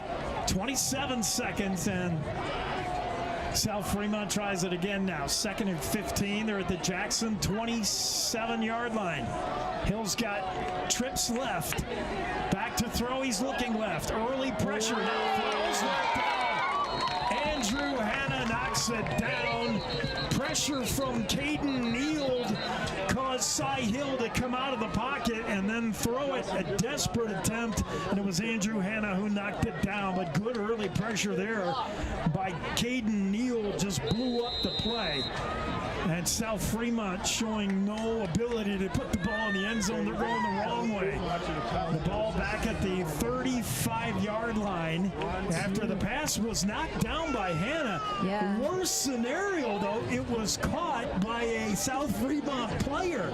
So it ends up being a completion of -5 yards. If they just would have let it drop, it'd be incomplete. But as it is, the clock doesn't stop. They got to call a timeout because it's a completed pass, and they lose yardage.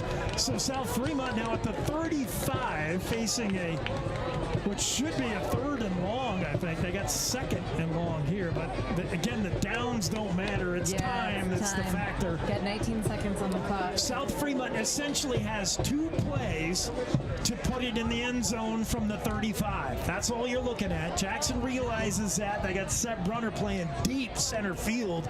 He's standing at his own 14-yard line. Just make sure nothing happens in the end zone.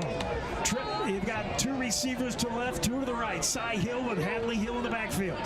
Hill making the pre-snap read, looks around, now calls for the snap. Wants to throw. Pressure. It's Neild again. But escaping the pressure is Hill. Throws, and it's knocked down again. just when I said the Bronx had just not been able to get to Cy Hill, this whole series they've been all over. I know. Wow. As Coach White dials up pressure again, and again Cy Hill is flushed from the pocket, and when he gets flushed, he's rolled to his left. I would not advise that because waiting over there for him is 6'7" Andrew Hanna, and you simply can't throw a ball over that guy. No. Because with his wing, when he's got his arms raised, he's like 8 foot tall, right? I mean, you can't. I don't know. 4th and forever. This could be the final play of the half. And right now, if you're South Fremont, you just got to make sure you don't do anything bad. 4th and 20. They got a new quarterback in there, number 7. Hold on. He might be the long thrower. No, he's going to give to Hadley Hill. Hill running left side. Hadley Hill down to 15, to 10, all the way to the 10-yard line. And my goodness, he's got a first down. The time is out. That's the end of the half. Oh, boy. Jackson Bronx dodged a bullet. Hadley Hill had the first down. It would have been 1st and goal from the 10. But the clock runs out, and time was on our side. That Jackson Bronx defense still makes me nervous. That is way too many yards to give up on a running play. Oh, boy. So that's how the half ends. Jackson secure with this lead. Maybe. It's 24-7 in the half. We'll come back with a halftime show, the stats and all that in just a minute. Let's listen to these words. You're enjoying Bronx football on KZ95 and the Jackson Hole Radio Network. Experience Jackson Hole like a local while staying at the Antler Inn, Elk Country Inn, Cowboy Village Resort, or 49er Inn and Suites. With the best entertainment, dining, shopping, bars, and brews all in walking distance, you'll never want to leave. Call 1-800-4-TETONS or find them on the web at townsquareinns.com.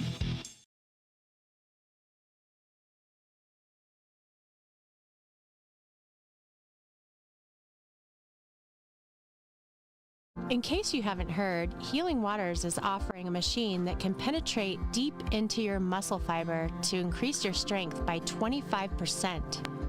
We can treat glutes, abdominals, arms, calves, and thighs. What is this incredible machine? It's called M-Sculpt Neo. How does it work? M-Sculpt Neo uses electromagnetic force to contract your muscles 20,000 times in half an hour. M-Sculpt Neo also uses a high heat for fat breakdown and tightening skin. Best part, no downtime. After 30 minutes, you can return to your day. Come see how this revolutionary machine can help you get strong. Learn more at Float WYO or call 307-922-4212. Coming back at the half, and I want to give you a chance to watch this dance team if you're watching us live. On radio, it's not going to make much sense to you, but let's watch the dance team do their thing. Watch it.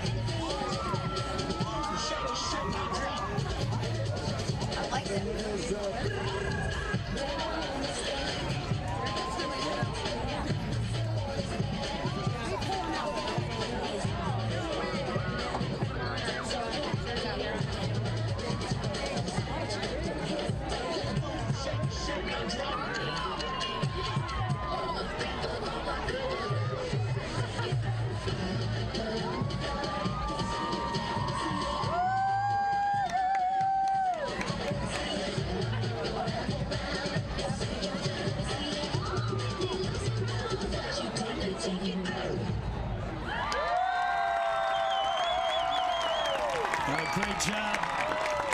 Jackson Bronx dance team under the direction of Mary Lou Barra and Jane Shiner with captains Kate Ryan and Zoe Geralaman Great job by the Jackson girls dance team. I love it. Jackson Bronx football team has been dancing all over South Fremont. We thought the Bronx would be better than this Cougar team. Maybe didn't anticipate how much better, and Jackson's having fun with this one so far. The score at the half, Jackson 24. South Fremont 7. Yeah. What do you like? Seth Brunner, 2 touchdown catches. Jackson offense been really clicking. Offense on fire. I think the defense has been doing a good job as well. And we've had a couple mistakes, but I still think they're doing a good job of holding back. I think 2 things coming in that Coach White wanted to work out was the red zone, or at least turning yards gained into points. Jackson's gained a ton of yards this year in what I would call wasted yards. Impressive, eye-popping stats that didn't translate into points because they've had trouble getting in the end zone. Tonight, they've been much better at making the yardage convert into touchdowns, with 3 of them tonight, including a field goal. Now, the other thing Jackson wanted to work on that I'm not sure is there is the defense giving up big plays, explosive plays. South Fremont has just the 1 touchdown, but it came on a big pass play to Skylar Forbush, and Hadley Hill has had a couple of big rushes out of the backfield that Jackson could have been better on. So I'm not sure the defense is quite coming, but it's getting better. And then the special teams kick coverage team had one little boo-boo, but thankfully a penalty called that back. Yeah, that did. That's been a good night for Jackson offensively. They've done everything, and it's been everybody that's been involved, from Harrison Ward to quarterback to Seth Brunner to Andrew Hanna. We've seen a lot of offensive weapons for Jackson. They can be very dangerous on offense for any team when we get into conference play. Yeah. I can imagine. I don't know that Cody's going to be too worried about the Bronx next week, but I'll bet they're watching film and showing their defense the things Harrison Ward can do. And I bet they're saying, you better find number 5, you better find number 1, and I want 2 guys on them, double coverage at all times. Don't let Hanna and Brunner beat you. It's got to be what the Cody Bronx will be thinking next week. We'll be on the air with that game for you live from Cody and Park County next week, as well as we travel with the team. Excited to bring you Jackson Bronx football all this season on KZ95, also on our YouTube channel, Jackson Hole Radio. And tonight, and I believe for the rest of the season, we're also co-simulcasting, co-broadcasting on mylocalradio.com. That's the folks down in Uintah County, out of Evanston. They're carrying our games live and on demand. So you can see us all over the place, really. Here in Jackson, down in Evanston, we're trying to be everywhere, dominate. At the half, it's Jackson 24, South Fremont 7. We'll take a look at the out-of-town scoreboard when we come back. You're enjoying Bronx football on KZ95 and the Jackson Hole Radio Network. Hey, I'm Allie Lane from Jackson Hole Young Life. Do you remember what it's like to be a teenager? It can be really tough trying to navigate sports, academics, relationships with family and friends, not to mention the added stress of social media, phones, and screen time. Young Life believes that every teen deserves to know that they are loved and their story matters. Young Life leaders enter the world of teens, focusing on what matters to them: fun, adventure, friendship, and a sense of significance. If you love teenagers as much as we do, there's more info at our website, jacksonhole.younglife.org, to learn more.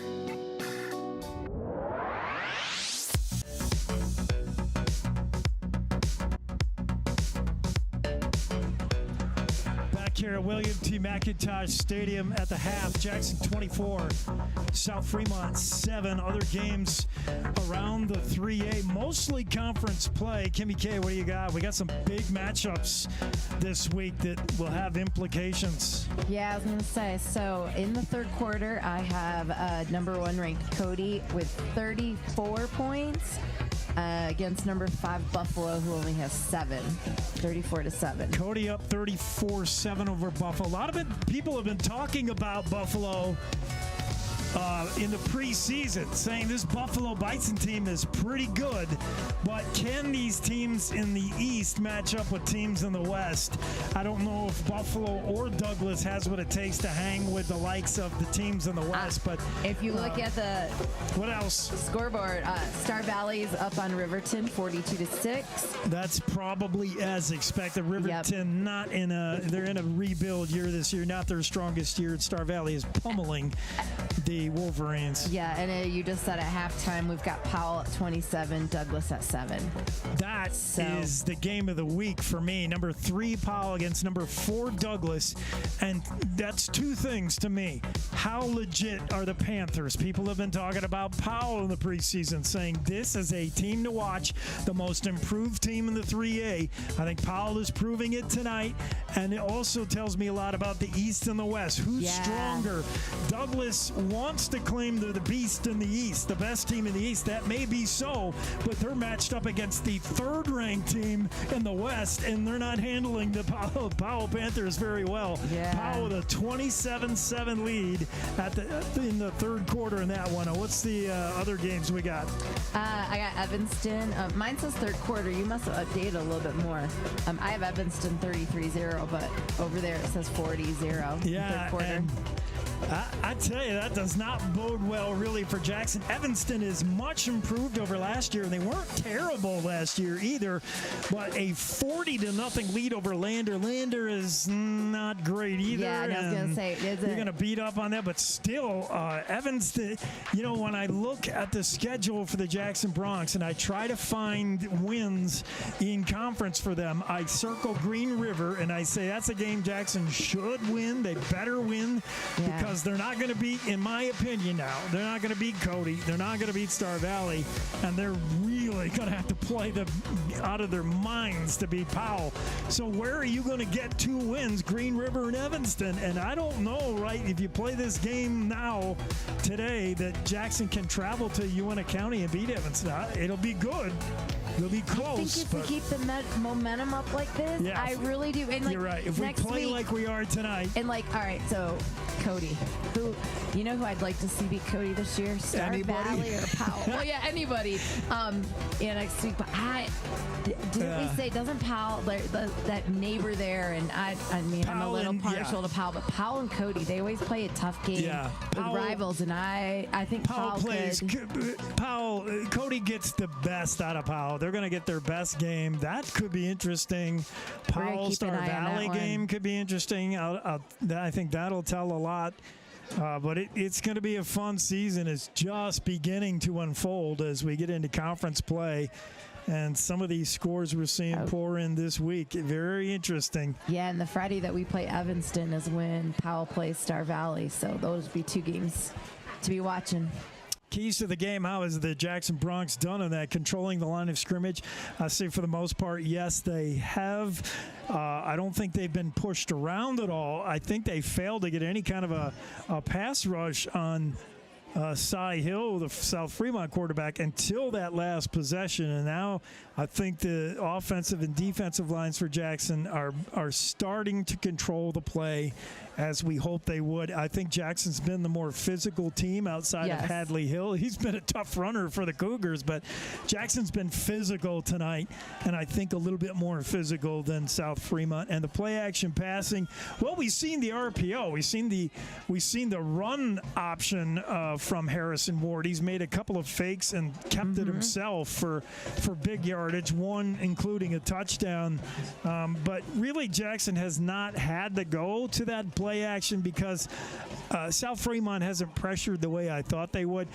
I've watched South Fremont film and the way they play other teams, and I thought, you could take advantage of sucking them in with a fake handoff and a pass. But I think South Fremont has playing totally different in this game. They know what they're up against with Jackson. They know this is a passing team. They're not playing how I've seen them play on film. They get it. They know Ward's just going to throw a bunch, and they played much different defensively. Let's take one more break. We'll come back with the second half kickoff. At the half, it's Jackson 24, South Fremont 7. You're enjoying Jackson Bronx football on KZ95, the Jackson Hole Radio Network. and simulcast on mylocalradio.com. Texting and driving. Texting and driving? Everyone knows there really is no and. You're either texting or you're driving. In other words, if you're typing or reading anything while you're behind the wheel, you're not paying attention and you're not in control of your vehicle. That's why law enforcement around the state is cracking down on distracted driving. Hey, Wyoming, let's put an end to texting and driving because we all know better. There is no and. This message was paid for by Whiteout. Jackson Lumber, the board store, Jackson's oldest business and only true lumber yard in town. Jackson Lumber's hardware people are the best in the business, and they do it right the first time. Jackson Lumber works with people who make a living building, so the tools they sell are definitely the best hand tools and power tools available, with names like Vest Tool, Milwaukee, Makita, Skillsaw, Senco, Fine, and DeWalt. Jackson Lumber, the board store at 130 South Gromont. Call 733-6000, 733-6000.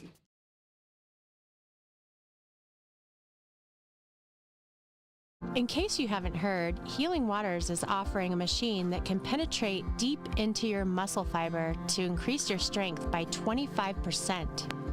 We can treat glutes, abdominals, arms, calves, and thighs. What is this incredible machine? It's called M-Sculpt Neo. How does it work? M-Sculpt Neo uses electromagnetic force to contract your muscles 20,000 times in half an hour. M-Sculpt Neo also uses a high heat for fat breakdown and tightening skin. Best part, no downtime. After 30 minutes, you can return to your day. Come see how this revolutionary machine can help you get strong. Learn more at Float WYO or call 307-922-4212.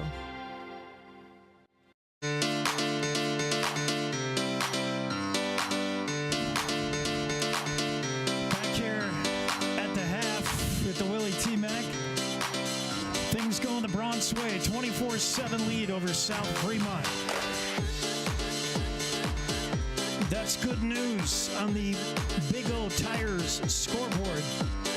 Remember, ask Big O about their tire protection plan. It's available for lifetime protection on your new tire purchase. Big O has more than just the famous Big O brands, by the way. If you're looking for Michelin, BF Goodrich, Toyo, they got all that stuff. Up to 12 months, interest-free, no down payment required OAC. It's Big O Tires, and the scoreboard sponsorship is looking pretty healthy right now for the Bronx, 24/7. Tonight's action also brought to you by our usual friends, Jackson Lumber, Jackson's original board store. The Town Square Inns of Jackson Hole, Antler Inn, Elk Country Inn, Cowboy Village Resort, and 49er Inn and Suites. Wyoming Department of Transportation, keeping our highways safe. Big O Tires, a reputation you can ride on. And High Country Linen, Jackson's premier rental service for linens, uniforms, and entry mats. I'm ready to start second half of football. I don't want to make excuses for South Fremont, but let's not forget this is not their starting quarterback. He went down with an ankle injury the first week of the football season. This team sorely misses Bryce Johnson, but Cy Hill doing a heck of a job for him. Yep. They're also without Raiden Whitmore tonight, and he's a big senior leadership guy for this team. So they're missing two key parts of their offense. And right now they're down 3 scores to Jackson. They got to feel like, maybe the second half things will come their way. Jackson's kicking. As we start the second half, Jensen Smock tees it up at the 40. No, I got South Fremont. Oh, sorry, South Fremont kicking. And the boot is short. It's going to go to the near side. Fumbled. And picking it back up is Seb Brunner, but now he's lost all his blockers, and he's driven out of bounds at the 25. Seb did a good job there, not losing his head. He kept calm. Even though he fumbled the kick, he said, he just settled himself down and got what he could out of it. He's out to the 25, 1st and 10 Jackson, as we begin the third quarter of play. Scary moment for the Bronx. And we'll see if Jackson makes any kind of changes here in the third. I don't necessarily mean personnel, although I see Thomas May in the backfield for the first time tonight in the backfield. I've seen him playing wide out a couple of times. As Harrison Ward calls for the snap. The pitch is to May, left side. May's got a ton of running room. Great blocking. Thomas May all the way down to the 48-yard line before he's brought down by Skylar Forbush. That was nice. And the biggest run from scrimmage for a Jackson rusher, and it's Thomas May, who's dealing with a rib injury all season long, but it looked pretty good there. He must be taped up pretty well. He's out to the 50. It also helps when nobody hits you. That's true. Nobody touched me for the first 20 yards of that run until finally Skylar Forbush from his free safety position dragged him down. He was the last guy to beat. May still in there as Ward calls for the snap. They give us ahead to Thomas May. Shuttles to the right side. He's got 5, and he bangs head hard there. That'll bring up 2nd and 5, and that's what May brings. I wish you could look at a replay. Thomas May's lateral movement is really, really good. May doesn't have explosive speed. He's got good speed. He's not big. He's not going to run you over. What he does is make you miss with lateral movement. That time, May, that ball was designed to go over right guard. May just shifted to his right, just whoop, and he's so quick moving side to side, he makes guys miss. Harrison Ward gives to May. Again, May bounces it outside, picks up 3, 4, 5, first down. Thomas May with some hard running right there. Has a Bronx first down at the 40 of South Fremont. They'll move the sticks again. And this drive has been Thomas May show. We didn't see much of him in the first half. And now we're seeing nothing but Thomas May here in the second half. He is rolling. Can you go with him a 4th time? And he's got to be tired, right? You would Although think he hasn't played much of this season. Maybe he's rested. Maybe he's all good. Let's see if Harrison Ward wants to go to the air here. No, he's going to pitch it to May, coming near side. Blocking's pretty good. Thomas May puts his head down. Again, it's Skylar Forbush who has to bring him down after a pickup of 8. 2nd and 2 with Thomas May. And that offensive line and just imposing their will on South Fremont now. We talked about one of the keys of the game was to control the line of scrimmage. Here in the second half, Jackson has come out doing that. This offensive line is firing off the ball, and May has easy yards. 2nd and 3. Harrison Moore the snap. Fake to May, wants to throw. Play action. Got a little bit of pressure now. He's in trouble and finally throws one deep looking end zone, and it's almost picked off. Crushed and nearly intercepted it. I mean, there's 3 defenders over there. Yeah, applying the pressure on quarterback Harrison Ward. Trying to see who that was. I think it was Talon Schultes, the 6'2", 230-pound senior who got in there and really pressured Harrison Ward and caused Ward to make an ill-advised throw. He was looking end zone, but double coverage there. And the ball almost picked off by Crichton. So 3rd and 3 now. Thomas May still in the backfield. We'll see if they just go easy and expect him to pick up 2. The pitch is to May, left side. He's got room, cuts it inside. He's got a first down. Not a whole lot more, though, as he's piled up. Good block on that left side by Justin Castino. Gave May just enough room to wiggle in there over left tackle, and that will move the sticks. Fresh set of downs for the Bronx. 9:12 to go in the third. Jackson taking this opening kickoff here in the second half and driving. It's been all Thomas May on the ground. Every positive gain this series has been May running. Didn't see him at all in the first. Nursing a rib injury. May in the clubhouse in the half must have said, "Hey, coach, I'm ready to go." He's still in the backfield now. Ward, the snap, the give to May, straight ahead, bounces off one early tackle. Now he's brought down and one too many times to the well there. May loses a yard, 2nd and 11. Good penetration in the interior there by South Fremont. trying to see where did I do in my roster. Did it blow away out the window? Oh. Right there. Oops. I believe that was Nelson Glasscock who got in there, the nose guard, and contacted May behind the line of scrimmage. Second and 11, ball at the South Fremont 30. Harrison Ward again got May behind him in the backfield. The shotgun snap, there it is, and back to throw is Ward. Has time, fires, intercepted by South Fremont. Looking for Seth Brunner on that slant pattern, and that ball was never open. Threw it right to Max Clark for the interception for the Cougars. Now that's the one blind spot Harrison Ward has, is throwing that quick slant before he really identifies who's there. Either in the pre-snap read, you got to anticipate who's in that slot on defense, or just before you let it go, you got to say, is somebody dropped back into that slot? Because that slant pattern is there until it's not. And it's worked for a touchdown to Seth Brunner, but it's also been the cause of interceptions this year. South Fremont with the ball. Crichton in motion. The snap to Cy Hill. Wants Crichton, but that pass never got there. It was knocked down. And I believe that's Hannah. No, that's not Hannah. That's somebody on the left side. I believe Jack Barazay might have got a hand on that. And knocks it down, incomplete, or possibly Forey. I can try to see. I think it's 58 Cruz Forey on that left side. It knocked that ball down. Second and 10 now for the Cougars. Ball on this near hash.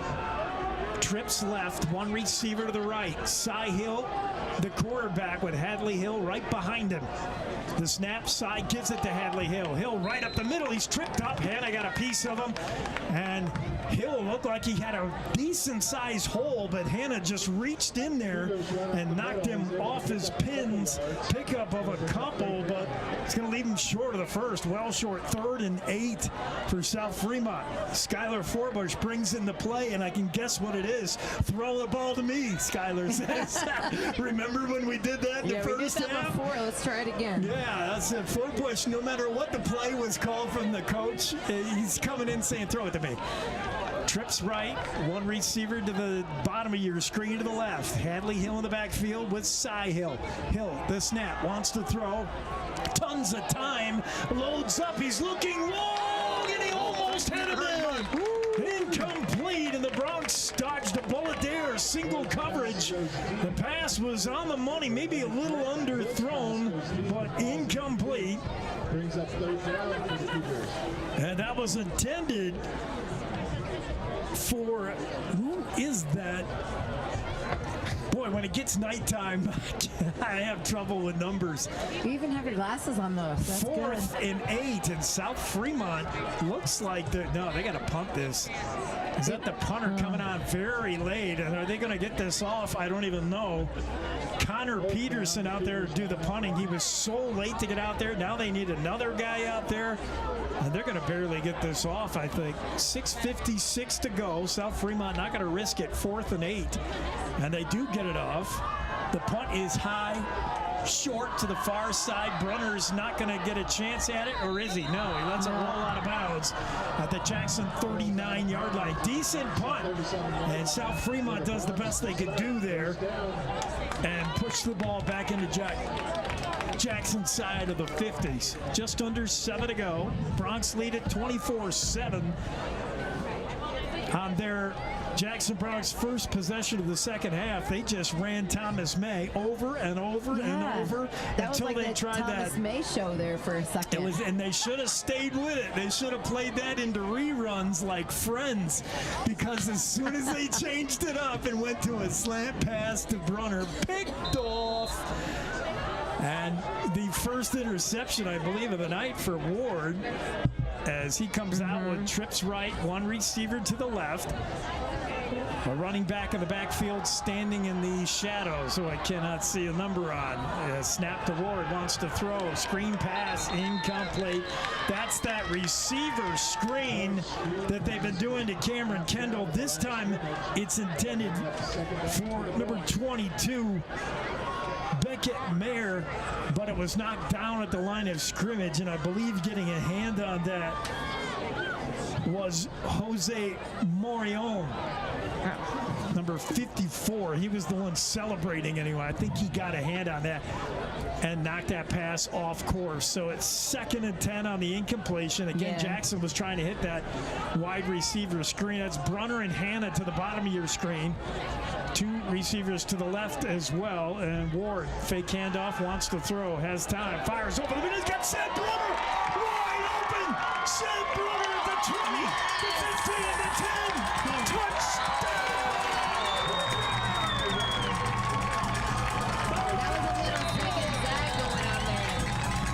Seth Brunner put a little move on to the middle of the field as he had a couple of guys. He was wide open, way too open for a dangerous guy.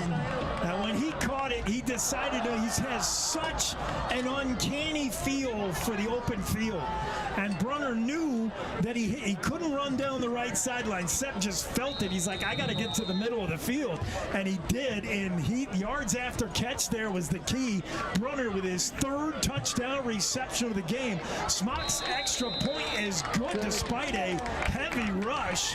And Jackson is running with this one, 31-7. Let's take the break. We'll be right back. You're enjoying Bronx football on KZ95 and the Jackson Hole Radio Network.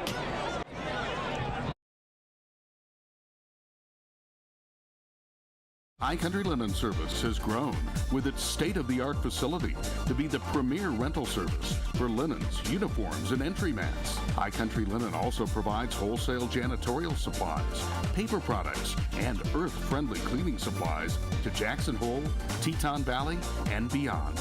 Call 733-2638 or come see us at 355 North Glenwood. On the web at highcountrylinen.com. This is KZ95 with live coverage of the Jackson Bronx.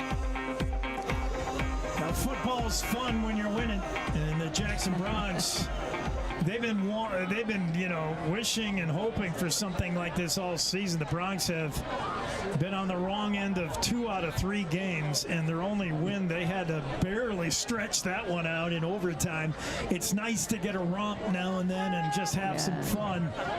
They're doing that because next week things are going to get a whole lot tougher against their rival Bronx Cody. But fun tonight right now. Jackson 31, South Fremont 7. Smock to kick off. Bombs this one to the goal line, and the ball is bobbled by Forbush. He finally picks it up. He's out to the 15, the 20, the 25, and Forbush driven out of bounds at about the 32-yard line. And again, that's way too good of a return for a guy who dropped the ball, dropped it at his own 2, and then picked it up, and he still had a chance to get around the left edge. Jackson just not staying in their lanes on kick coverage. Everybody moved to the middle of the field, and Forbush found the edge. He is out to the 32, 1st and 10 for South Fremont. They got 6:25 to work with here in the 3rd. They trail 31-7. The Bronx offense has been fantastic. The defense has been good enough. The special teams have been cardiac arrest. If you're Coach White, you just hold your breath and cross your fingers. Cy Hill, the sophomore quarterback, has had a decent night. And now movement before the snap. Hadley Hill was moving along with wide receiver Tayson Jensen. Both of them moving at the same time before the snap. And that's going to cost them 5. 1st and 15 now as that penalty is marched off against the Cougars. South Fremont moving right to left on your radio dial. They're in their road whites trimmed in black and red. Jackson in their brand new this year uniforms, all black with the orange trim and those old school big numbers. I love that. Those numbers are huge. That's because you can see it easy better. to read. Yeah. Cy Hill puts a man in motion. It's Crichton. Fake handoff to Hadley Hill. He wants to throw. Cy rolling right. Fires. Got a man. Caught. And driven down. A pickup of just a couple. As that's Jet Bauer on the catch. I'm surprised we have not seen more of Jet Bauer, the tight end. He's a big kid. 6'2", 180. And he has been a part of their offense last week in Aberdeen. Just haven't called his name much tonight. It's been Skylar Forbush, their leading receiver. It's been Hadley Hill rushing out of the backfield, and a little bit of Crichton as well from the wide receiver spot. Cy Hill sets him up. 2 receivers left, bottom of your screen, 1 to the right. Snap on the give to Hadley Hill. He's looking for right side movement. Nothing there. Cruz Flores wraps him up in a bear hug and says, "That's as far as you go, sir." 5:30 and counting here in the third. It'll bring up 3rd and 8 for the Cougars. Good job by Jackson as Foray comes off. He said, my work is done here. He comes off to get some pats on the helmet from his teammates. We'll see if Jackson wants to apply any kind of pressure here. 3rd and long. South Fremont's done well on 3rd and longs. 2 big completions to Crichton. They converted a 4th and long as well. As Hill looks things over. There's the snap. Jackson brings 5. And there's the pass. Caught. Forbush. And he's tackled, but he's got enough for a first down. Brunner is there along with Cameron Kendall. Brunner coming over to help from his safety position, but Forbush really too wide open for a 3rd and 9 play. Yeah. 3rd and 8. That was an easy pitch and catch. Cy Hill to Skylar Forbush. Those two have hooked up a few times today and a few times this season. They're becoming a force to be reckoned with. Trips right now for South Fremont. 1 receiver to the left. Hadley Hill in the backfield with Cy Hill in the shotgun. Hill gets the snap and the give to, no, he's going to keep it himself. Got room on the right side. He's across the 50 to the Jackson 46-yard line. And a pickup of 8. 2nd and 2, and one of the few times that Cy Hill has run that RPO, that run pass option, that option play. He pulled it out of the belly of Hadley Hill. He says, I'm going to keep this myself, and picked up 8. It was the right call. Quarterbacks don't have a lot of time to make that decision. They got to look at things and say, do I hand this off or not? And a lot of times that's a spur of the moment decision. Hill made the right one there. Cy Hill to give to Hadley Hill. He's got room across the 40 to the Jackson 37, and he's slow to get up. That was an odd-looking handoff. Cy Hill to Hadley Hill. No. Really strange handoff. I wonder if that wasn't a blown play. Cy Hill turned one way, and Hadley Hill went the other. And somehow Cy Hill figured out where his running back was, got the ball to him, and Hadley Hill just ripped right up the gut for a first down carry, but he is still down, and South Fremont can ill afford to lose even one more player. The injuries have been devastating to this team in the early going. Felt like you. They're already without their starting quarterback, Bryce Johnson. He was hurt in the first week of play for the Cougars. They're already missing one of their crucial backup quarterback and wide receiver, Raiden Whitmore. We haven't seen him at all tonight. And now Hadley Hill, who has led this team in rushing tonight, is still down, and it looks to be a lower leg injury. I felt like he pointed his back once, but I'm not sure. Still down at the 36-yard line. The trainer is going to come out and check him out. And with this time out on the field, we'll take it as well. You're enjoying Jackson Bronx football on KZ95 of the Jackson Hole Radio Network.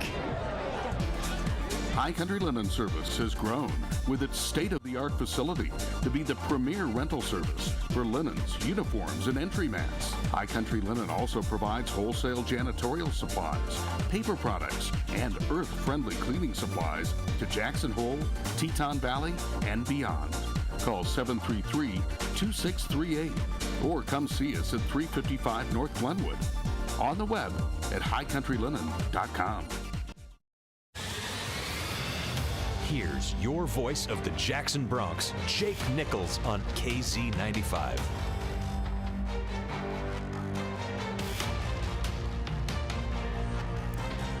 .340 on the clock on the Big O Tires scoreboard with Jackson up 31-7 and still down.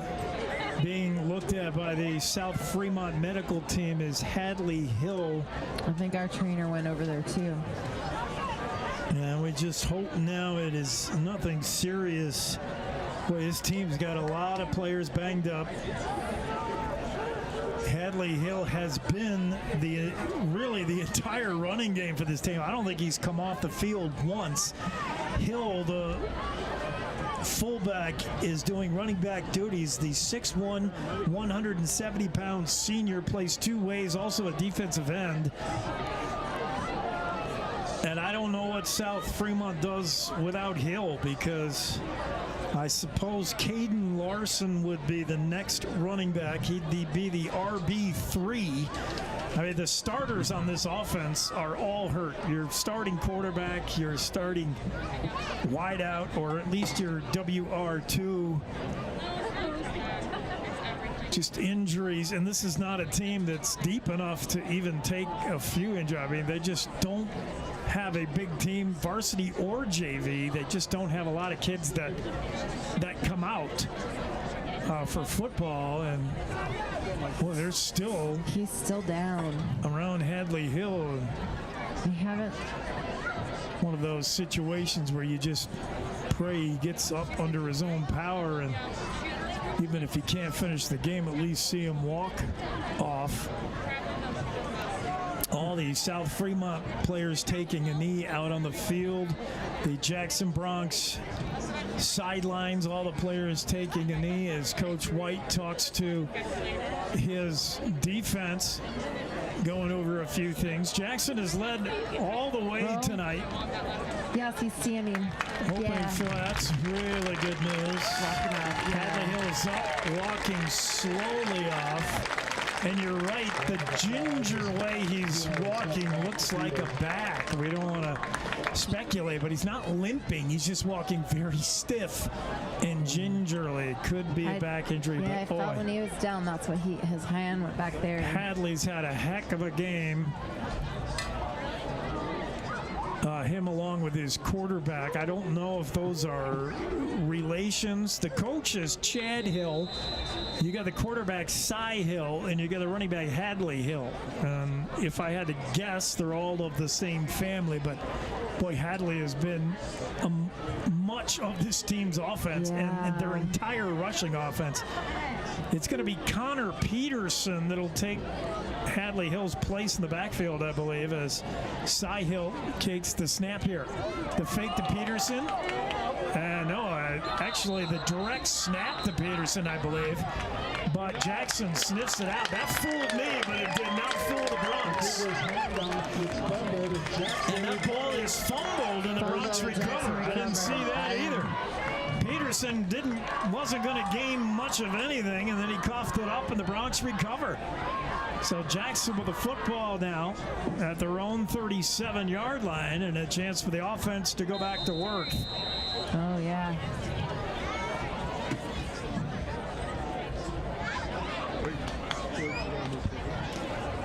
Can't quite tell who.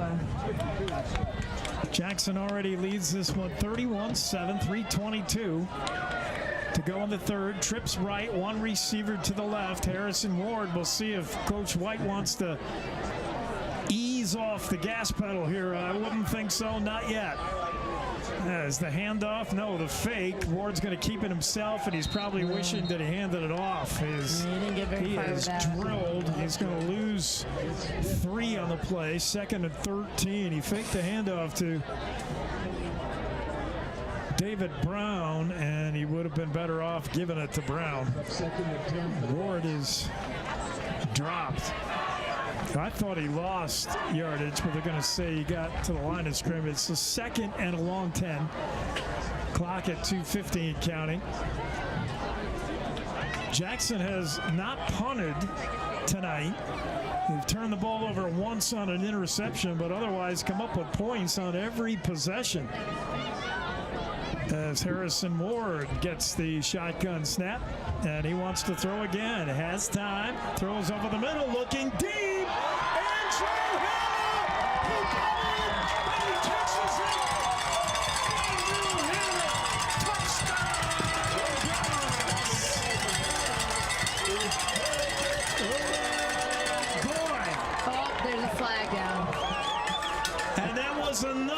absolute dime from Harrison Ward as he put it right on Hannah's numbers.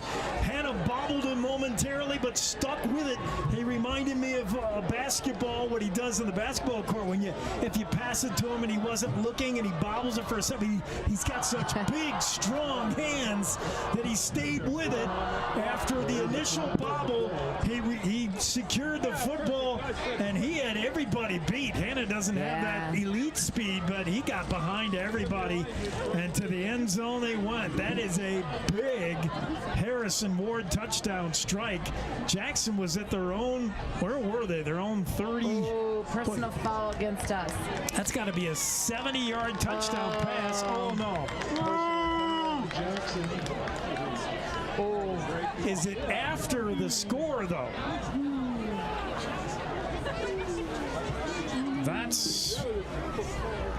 Is it taunting? And there goes another flag, and Seth Brunner must have said something because he was standing right there. This is going to be another penalty as the head judge was standing right near Seth Brunner and threw his flag straight up in the air, and that would be Brunner running the mouth, I would imagine. So the score is off the board. No. They're still showing 31. So that is not ahead of touchdown. That's too bad. That was big numbers for Harrison Ward. Yeah, that was a nice run for. Comes off the board. And now with 2 personal foul penalties, the ball's all the way back to the 35. It still ends up being a big play for the Bronx.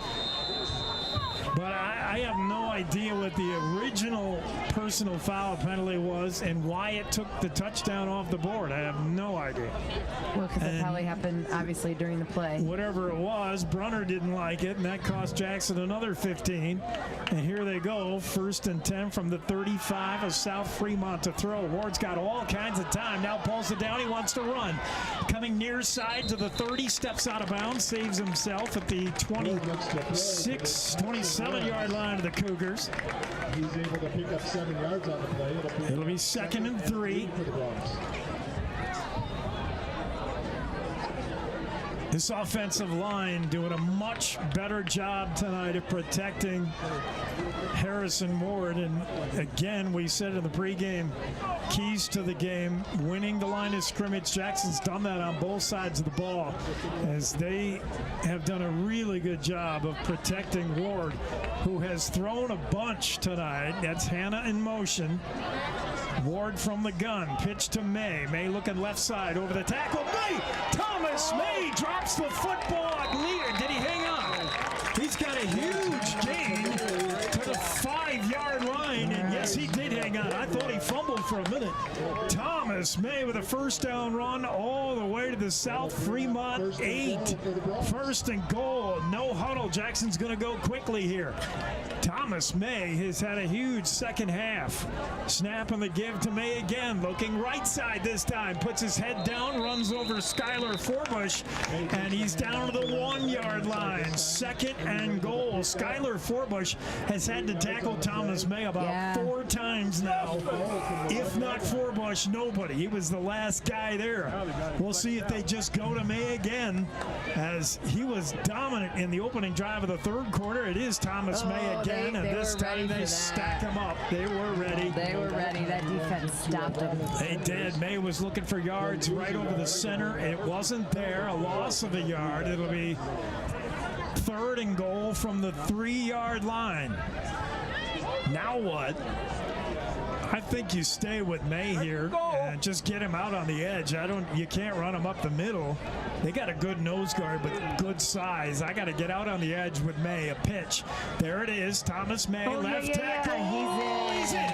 Touchdown, Thomas May. Coach White heard me. And the pitch to May on the left tackle is good. The 3-yard run by May. And Jackson has the touchdown they thought they had with Andrew Hannah. Boy, we've seen a lot of weird flags. I thought there was another whistle here, but no. Jensen Smock gets ready to boot this extra point. Jackson is up 37-7, trying to make it 38 here. The snap good, the hold good, the kick good. And Jackson 38, South Fremont 7 with 35 seconds to go in the third. We'll be back. You're enjoying Jackson Bronx football on KZ95 and the Jackson Hole Radio Network. Experience Jackson Hole like a local. Recently renovated, the 49er boasts a new lobby, extended continental breakfast, indoor swimming pool, fitness facility, and 12-person outdoor hot tub. Located on Pearl Street, the 49er is just 3 short blocks from Jackson's greatest bars and restaurants, where you'll find your home away from home. Enjoy your time in Jackson as part of the Town Square Inns, and stay at the 49er Inn and Suites. Your home for Jackson Hole High School sports is KZ95. Let's get back to the game. Well, in the words of Dwight K. Schrute, Bronx beats Cougars. If you're a fan of Office, the Office, you'll know what that means. Bronx beats Cougars, and Bronx having their way with the Cougs tonight. 38-7 the score. What are you showing me there, Kimmy, on the out-of-town scoreboard? Sorry, it just went up. I'll just say Star Valley wins 56-6 over Riverton. Final score. Cody never scored again, 34-7 over Buffalo. Evanston wins 40-6 over Lander, and Powell and Douglas are still in the fourth quarter, 47-7. Well, I'm a little bit impressed with Buffalo. Cody may have Cody doesn't often put in their scrubs in the second half, so maybe Buffalo's defense is just that good. So I'm impressed with Buffalo hanging with Cody a little bit as Forbush runs this kickback, and he's out to the 27-yard line, and the Bronx finally cover a kick. It's like every other kick, Jackson decides that they're going to cover it well in net. Yeah. But Star Valley beating up on Riverton. That's not a surprise. Riverton is not the year for them, although it is surprising to see Star Valley's offense get going. Their offense has not impressed me this season at all, and maybe they're finally hitting on all cylinders tonight. I don't know. And Powell is taking care of Douglas. 47-4. Oh, wow. That tells me a lot there. Yeah, it does. Cy Hill gets a snap on the give, straight ahead. Not much there. Castino in on the tackle. Pickup of 3. And that's the running back in for Hadley Hill, who left with injury. It's Connor Peterson with a gain of 3. It'll be second and 7. And South Fremont is scraping the bottom of the barrel for bodies. I don't mean their bottom like their worst players. They're just no players. They have nobody left on the sideline. This team is just dealing with so many injuries. And a timeout before the play. End of the third quarter. Okay, after 3, it's Jackson 38. And South Fremont 7 on the Big O Tires scoreboard. We'll be right back with the fourth quarter on KZ95 and the Jackson Hole Radio Network, simulcasting on mylocalradio.com. Hey, I'm Allie Lane from Jackson Hole Young Life. Do you remember what it's like to be a teenager? It can be really tough trying to navigate sports, academics, relationships with family and friends, not to mention the added stress of social media, phones, and screen time. Young Life believes that every teen deserves to know that they are loved and their story matters. Young Life leaders enter the world of teens, focusing on what matters to them: fun, adventure, friendship, and a sense of significance. If you love teenagers as much as we do, there's more info at our website, jacksonhole.younglife.org, to learn more. You're watching and listening to live coverage of Jackson Hole High School sports on KZ95. Back to the action. Here we're back to the MAC. It's been all Bronx. After 3, Jackson 38, South Fremont 7 on the Big O Tire scoreboard. Cougars with the football. Second and 7 from their own 30. And they give us to Peterson, coming near sides. Got a little bit of room. Turns the corner, and down he goes. Short of the first down. Flags fly. It'll be 3rd and 2, but we'll see what the penalty is about. And I believe this one's going to be at South Fremont, but my guessing tonight has not been very good. No There's just been some odd penalties that That's true. I mean, I don't even know where they're Holding against the Cougars. holding. All right, I understand holding. Holding, I get. The other calls have been the referee has made like when he crosses the arm. gyrations. That's it was like, does he have ants in his pants or what? What is that gesturation? Tap on the back of his head while he touches his heel. I have no idea what that is. Whatever the Bronx did wrong, it was something really bad because I've never seen that call. Okay. All right. You might have to go back and rewatch the game. 2nd and 15 now for South Fremont. They're going to go under center in the I formation. They get to Peterson, but the ball never got there. The fumbled snap. Thomas May applies pressure, and Jackson May recovered. Thomas May recovered. Cy Hill was trying to hand it off to Peterson. That handoff never happened. The ball went down on the floor, and right there was Thomas May to snatch it up. And Jackson has the football, and things go from bad to worse for the South Fremont Cougars.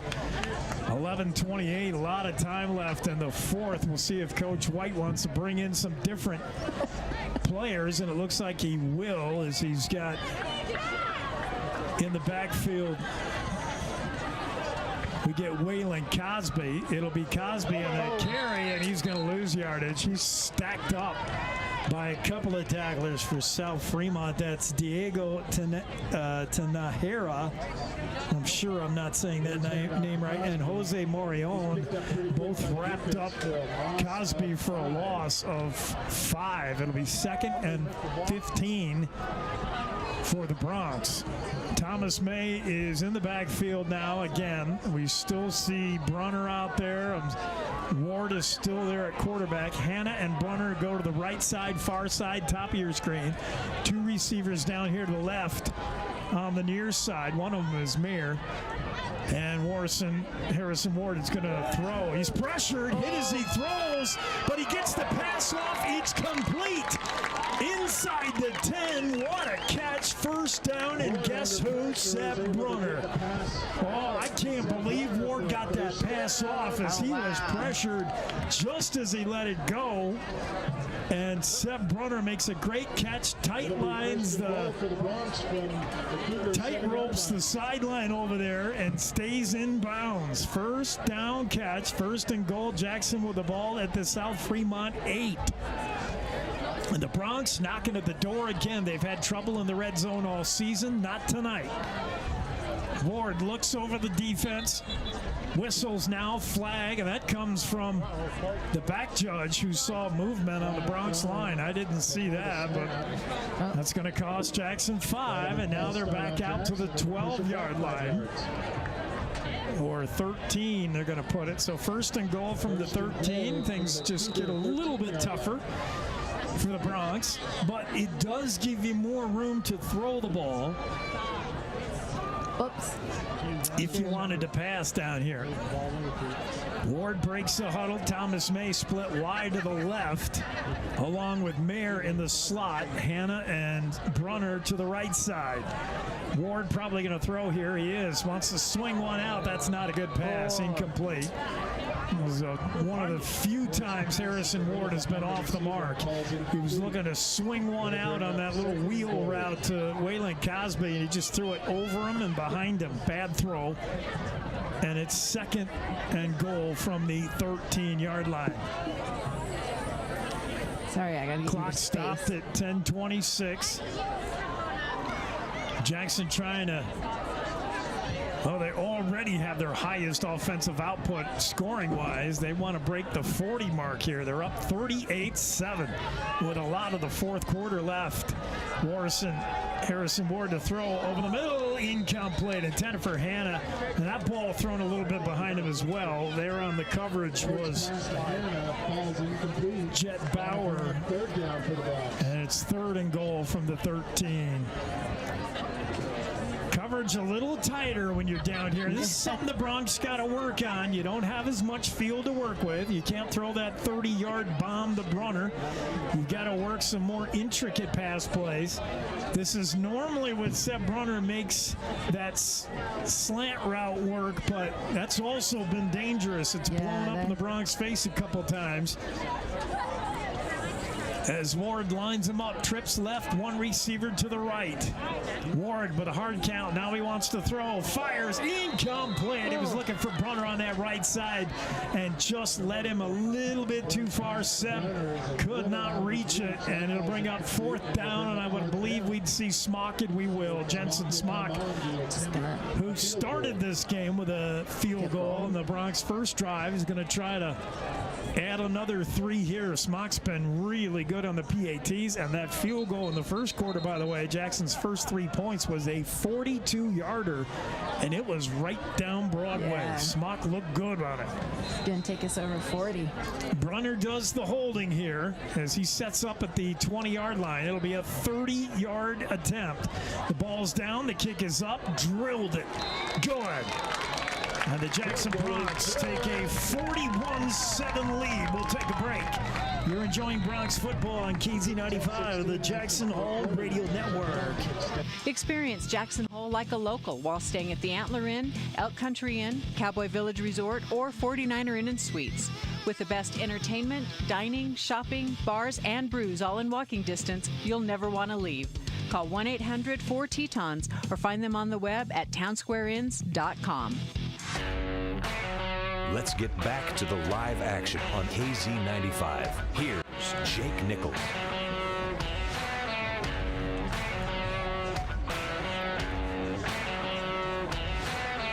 Well, I try not to be the guy who berates his own staff, but I got to call out my tech crew. We had the 3rd quarter on there when it was really the 4th quarter. Oh, you weren't paying attention? Whose fault is that? That's yours. Oh. Nice try there, but that's not my fault. That's your fault. The computer's on the other side. I can't see it today. All right. I'll take the blame. Okay. I'm my own tech crew, which gives me really too much to handle. You know I don't multitask. Sorry. I wasn't paying attention to it. Bronx up 41-7, 10-16 to go in the 4th. Jensen Smock tees it up at his own 40-yard line. It's been all Bronx all the time. South Fremont threw a scare into Jackson with a late first half score. A strike from Cy Hill to Skylar Forbush for a touchdown, but that's been all the scoring for South Fremont. This kick far side, that's... Who is that? Peterson with a nice run across the 40s. Peterson's got a lot of speed. He's in for Hadley Hill, who left the game with an injury not long ago. And Peterson did not mess around with that kick. He just went right up the seam and was flying. He didn't even wait for his block. He didn't wait for anything. He's just like, I am doing this. He's out to just across the 40, 1st and 10 for the Cougars. Peterson now joins Cy Hill in the backfield. Hill's got 2 receivers to the right and bunched up on the left side with a tight end, double tight end formation. The snap and the fake to Peterson, the give near side and finding some running room and a pickup of 6. That's Kyler Larson, the running back, who came over in a nice little disguise to get Larson the ball. To fake to Peterson up the middle, and Larson coming on kind of a jet sweep. He came from that tight end flanker spot on the left side and picked up decent yardage. 2nd and 4 for South Fremont. Jackson's got what looks to be the starting defense. I see a couple new numbers out there, though. As Cy Hill calls for the snap, gets it, wants to throw. He wants it all. Right sideline, firing incomplete. Good coverage on that sideline. That was Waylon Cosby in the coverage. He was step for step with a wide receiver, Cole Crapo. And that pass was overthrown, and even had it been on target, Cosby was right there, stride for stride with Crapo. 3rd and 4 for Fremont at their own 47-yard line. Snap to Hill to give to Peterson, looking left side. He's got a first down and more. He's dragged down at the Jackson 43-yard line. That's a first down run over left tackle. Peterson is very quick. He's faster than Headley Hill. Hill's the bruising fullback, but Peterson showing a lot more speed. I think that's got the Bronx a little surprised. He is hitting the hole very quickly. Fresh set of downs for the Cougars just inside the Jackson 45. Trips right, one receiver to the left. Peterson to the backfield was Cy Hill as he calls for the snap. Back to throw. Got time, throws near side. Almost picked off. Getting a hand on it is David Brown. The pass intended for Crichton, but Brown nearly jumped that route. Cy Hill was looking for Jerome Crichton, who's had a couple of big catches tonight, but just missing connecting on that. That's because of David Brown, who just got a finger on it. 2nd and 10 now for the Cougars.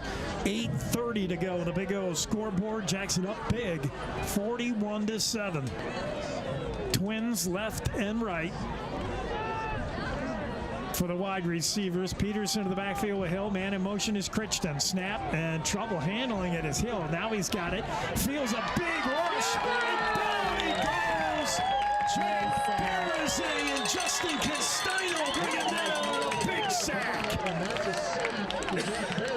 Whoa, that was great. That was great. Cy Hill was in trouble from the get-go, and he backpedaled, and by the time he knew what he wanted to do with the ball, it was too late. Barrizzi first to contact him. Castino helped out. The huge sack makes it 3rd and forever for South Fremont. Pushes them all the way back into their side of the field at the 41-yard line of the Cougars. And I don't know that South Fremont has a 3rd and 24 play in the playbook.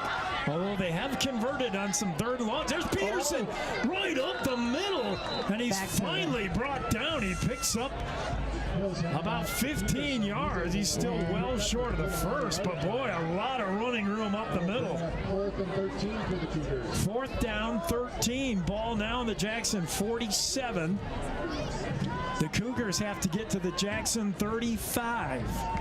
They're going to go. Might as well just go for it at this point. Yeah, it's in no man's land. You can't kick a field goal, and a punt doesn't do you much.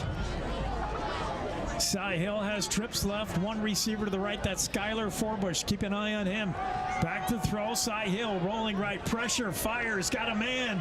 It's Peterson on the backfield, and he's very near a first down, but he's hit hard. Tate Wiley on the stop, along with help from Justin Castino, and that's short of the first down. They'll turn it over. And what a big tackle.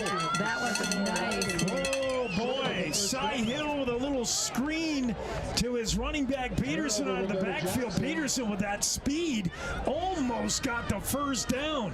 He needed 15, he got 14, or he needed 13, he got 12. Wiley and Castino on the stop, and Jackson has the football. So close for South Fremont, and again Jackson with a defense that's barely getting it done, but yeah. See, I think you're still going half empty. I don't know. That's too many yards. I don't know. You're talking about 3rd and long, 4th and long, and you just can't get gouged like that, in my opinion. Ward brings him up, trips right. One receiver to the left, whistles, delay of game. Jackson just took too long getting the offense out there, so that'll cost them 5. 1st and 15. 6:46 to go in the 4th. Big old scoreboard shows Jackson 41, South Fremont 7. And again, they come out in the same formation. Maher, Brunner, and Hannah to the right. The give is to Cosby right side. He's dragged down behind the line of scrimmage. Lost a couple. And it'll be 2nd and long. 2nd and 17, I think. Jackson just has not run it much since Thomas May went down earlier in the year. It's been David Brown, who's been a little bit better than Waylon Cosby, who have handled the running chores, and basically they've ignored the running game all season, has Jackson, and they just gone with Harrison Ward. Although Thomas May, back from injury tonight, was in for a couple of series and has been electric. But Coach White choosing to save him here with a big lead. Pass to Mayer. Mayer on that wide receiver screen, and that thing has not been there all night. They've tried that 4 times, twice to Mayer, twice to Cameron Kendall, and it's gained a total of 4 catches, a total of 4 yards, from what I recall. Just nothing on that wide receiver screen. Fremont doing a good job getting out there and identifying it. 3rd and 20 coming up for Jackson now. Brunner and Hannah to the right side. 2 receivers down to the bottom of your screen. Cosby in the backfield. Fake handoff to him, looking to throw, rolling right. Harrison Ward has time, wants it all down the right sideline. Oh, it's caught! Touchdown, Jackson! Harrison Ward finds Sid Brunner again! Oh my! Sid Brunner with single coverage on that right side. Harrison Ward bought himself time by rolling right out of the pocket, and Ward, I tell you, that was another perfect pass, and he threw that while he was running. Whoa! What a ball! I mean, Harrison Ward has got an arm. That was a long throw, big time throw, and it was right on the money. Seth Brunner didn't have to break stride at all. Smock on for the PAT. Hold good. Kick good. And Jackson is rolling here with 5:08 to go in the game. Jackson 48 and South Fremont 7. We'll be back with more on KZ95 and the Jackson Hole Radio Network. High Country Linen Service has grown with its state-of-the-art facility to be the premier rental service for linens, uniforms, and entry mats. High Country Linen also provides wholesale janitorial supplies, paper products, and earth-friendly cleaning supplies to Jackson Hole, Teton Valley, and beyond. Call 733-2638 or come see us at 355 North Glenwood. On the web at highcountrylinen.com. Let's get back to the live action on KZ95. Here's Jake Nichols.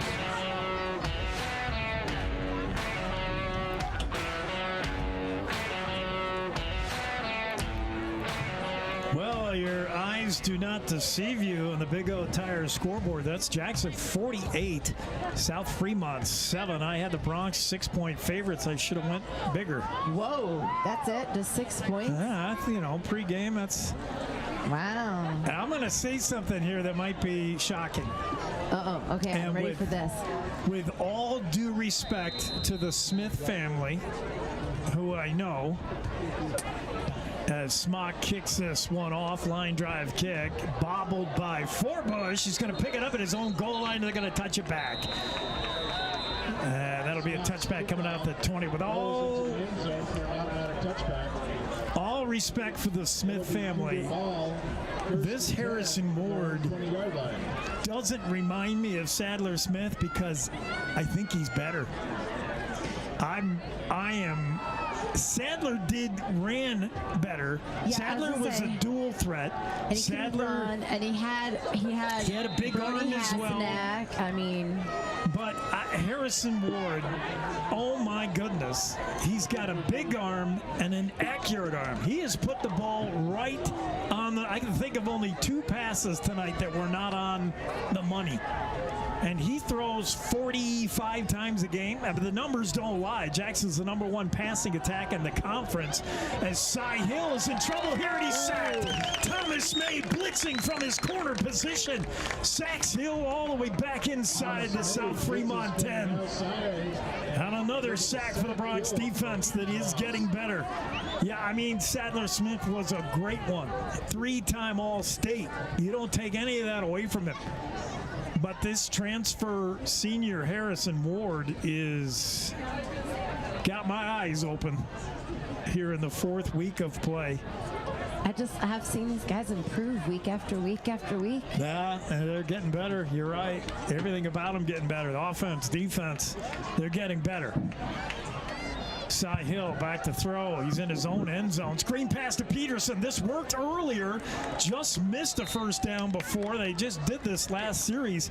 Peterson's all the way out across the 20 to the 21. And slow to get up. A lineman for South Fremont, but he's going to be all right. That's 3rd and 8 for the Cougars. Nielsen Glasscock slow to get up the center, but he's okay. But a big gain there.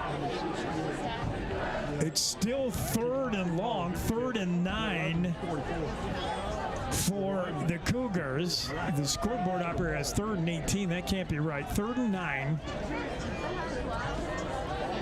for South Fremont. Flags fly, and I think Peterson moved. Oh, they're going to call encroachment here. They say a Jackson player lined up in the neutral zone. And Jackson's got a lot of new faces, and I think that might have been a new guy.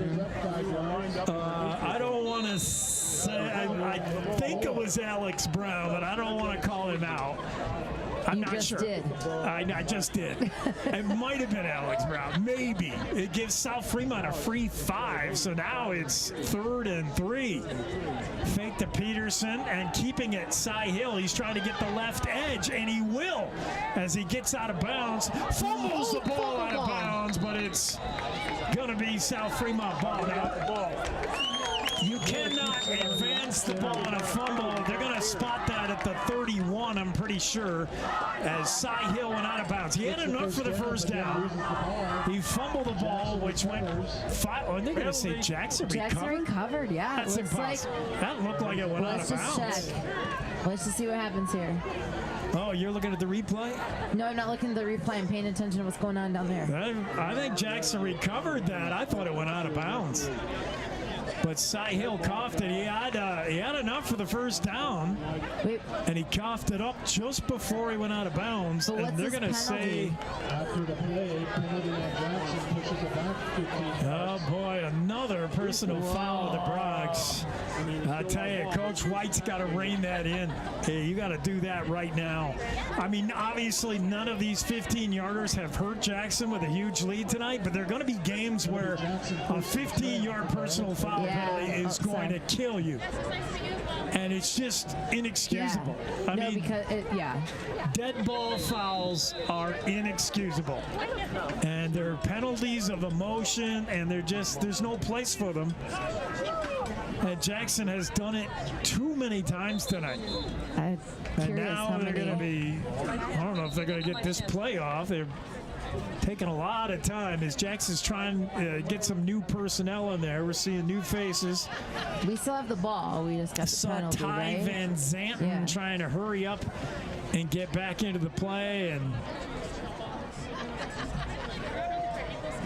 I don't know what the problem is. Now, Jackson's going to have the ball at their own 48-yard line when it's all said and done.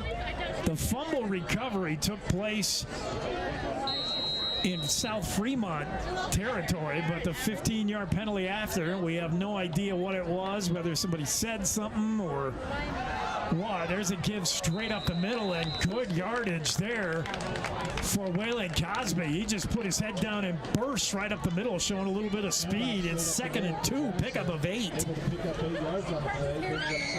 for the junior, 6 foot 165 Waylon Cosby. And a good run right up the gut as the offensive line opened a hole there. We are seeing different personnel in there for the Bronx, including quarterback. Oh, no, that is Ward, who hands off to Cosby, and not near as much room that time. Trying the left side, try to bounce it outside, and he's wrapped up. Pick up maybe a yard. I don't think he even got that. It'll be 3rd and 2. No gain for Cosby, and Jackson will try it again. Ball at the South Fremont 49-yard line. 3rd 7-2 with a clock ticking at 1:50 and counting remaining in the fourth. Jackson already up 48-7 in a lopsided affair tonight. Harrison Moore the snap. The give to Cosby, right side. Cosby turns around the corner. He's got a first down and more as he's out to the 37-yard line of the Cougars. That's easily enough for a first down, and Cosby's showing a little bit of speed. Thomas May was brilliant and now we get a quarterback change as Harrison Ward comes. I don't know if anybody recognizes it, but I got to give him a standing O here. I'll give him one. Grant Johnson in to take over the quarterback duties. How good was Ward tonight? He had an awesome game. If you're Cody and watching film on this game, I'd be a little bit worried. There's a give straight ahead to Cosby. He's got 4, maybe 5. Let's say 4. Second and 6. And then the girl right after her broke the record. Under a minute to go now. Score out of Douglas. Number 3 Powell, 37. Jackson has just rolled in this one and now working some bench players in at quarterback. Grant Johnson, the sophomore quarterback, he's the future of this team because Harrison Ward, keep in mind, the transfer is a senior, so he's one and done here. And now Johnson's just going to take a knee, and Jackson's going to roll clock here and try to end it. They will not have to run another play, I don't believe. And they won't. That'll do it as the clock ticks down. And this one's going to be a final. Let's keep the camera on the field as we get the post-game handshake at midfield. Credit South Fremont, a team that was really down to hardly any players. So many of their players are hurt. They had to go on the road and face a better Jackson team here at home. They gave it all they had, but Jackson just finally everything clicked for the Bronx. It's been a tough year, beginning with a disappointing loss in week 0 against Teton. Douglas was as tough as we thought they'd be, and another loss there. And then the thrilling OT victory in Wood River last week on the road, and now Jackson with their first home win in front of the hometown fans here in the Willie Mack, and that's got to feel good to get your second win in a row. You improve to 2-2 as you see Andrew swamped by the fans. You draw even to 2-2 on the season, and you're riding a 2-game win streak as you begin conference play next week. Feels good, and it should. Jackson 48, South Fremont 7. What a fun game. As we'll wrap things up.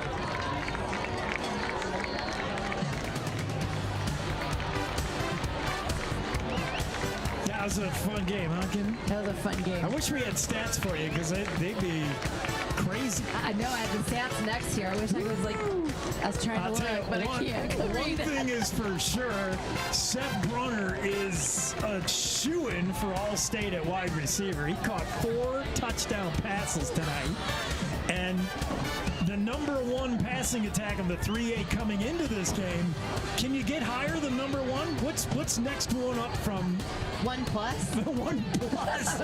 Harrison Ward came into this one as the top-rated throwing quarterback, averaging 306 yards a game, and he did better than that tonight.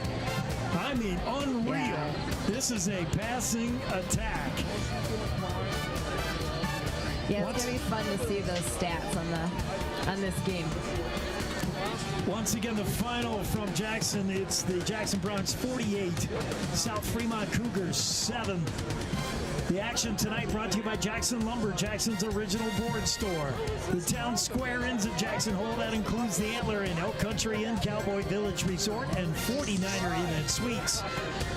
Wyoming Department of Transportation, keeping our highways safe. Big O Tires, a reputation you can ride on. High Country Linen, Jackson's premier rental service for linens, uniforms, and entry mats. For Jackson Hole Radio, from mylocalradio.com, KZ95, everybody back home in the truck. I say other people in the truck. It's all us doing everything. For me, we'll Wishing you and yours a good night from Jackson. We'll see you next week in Cody.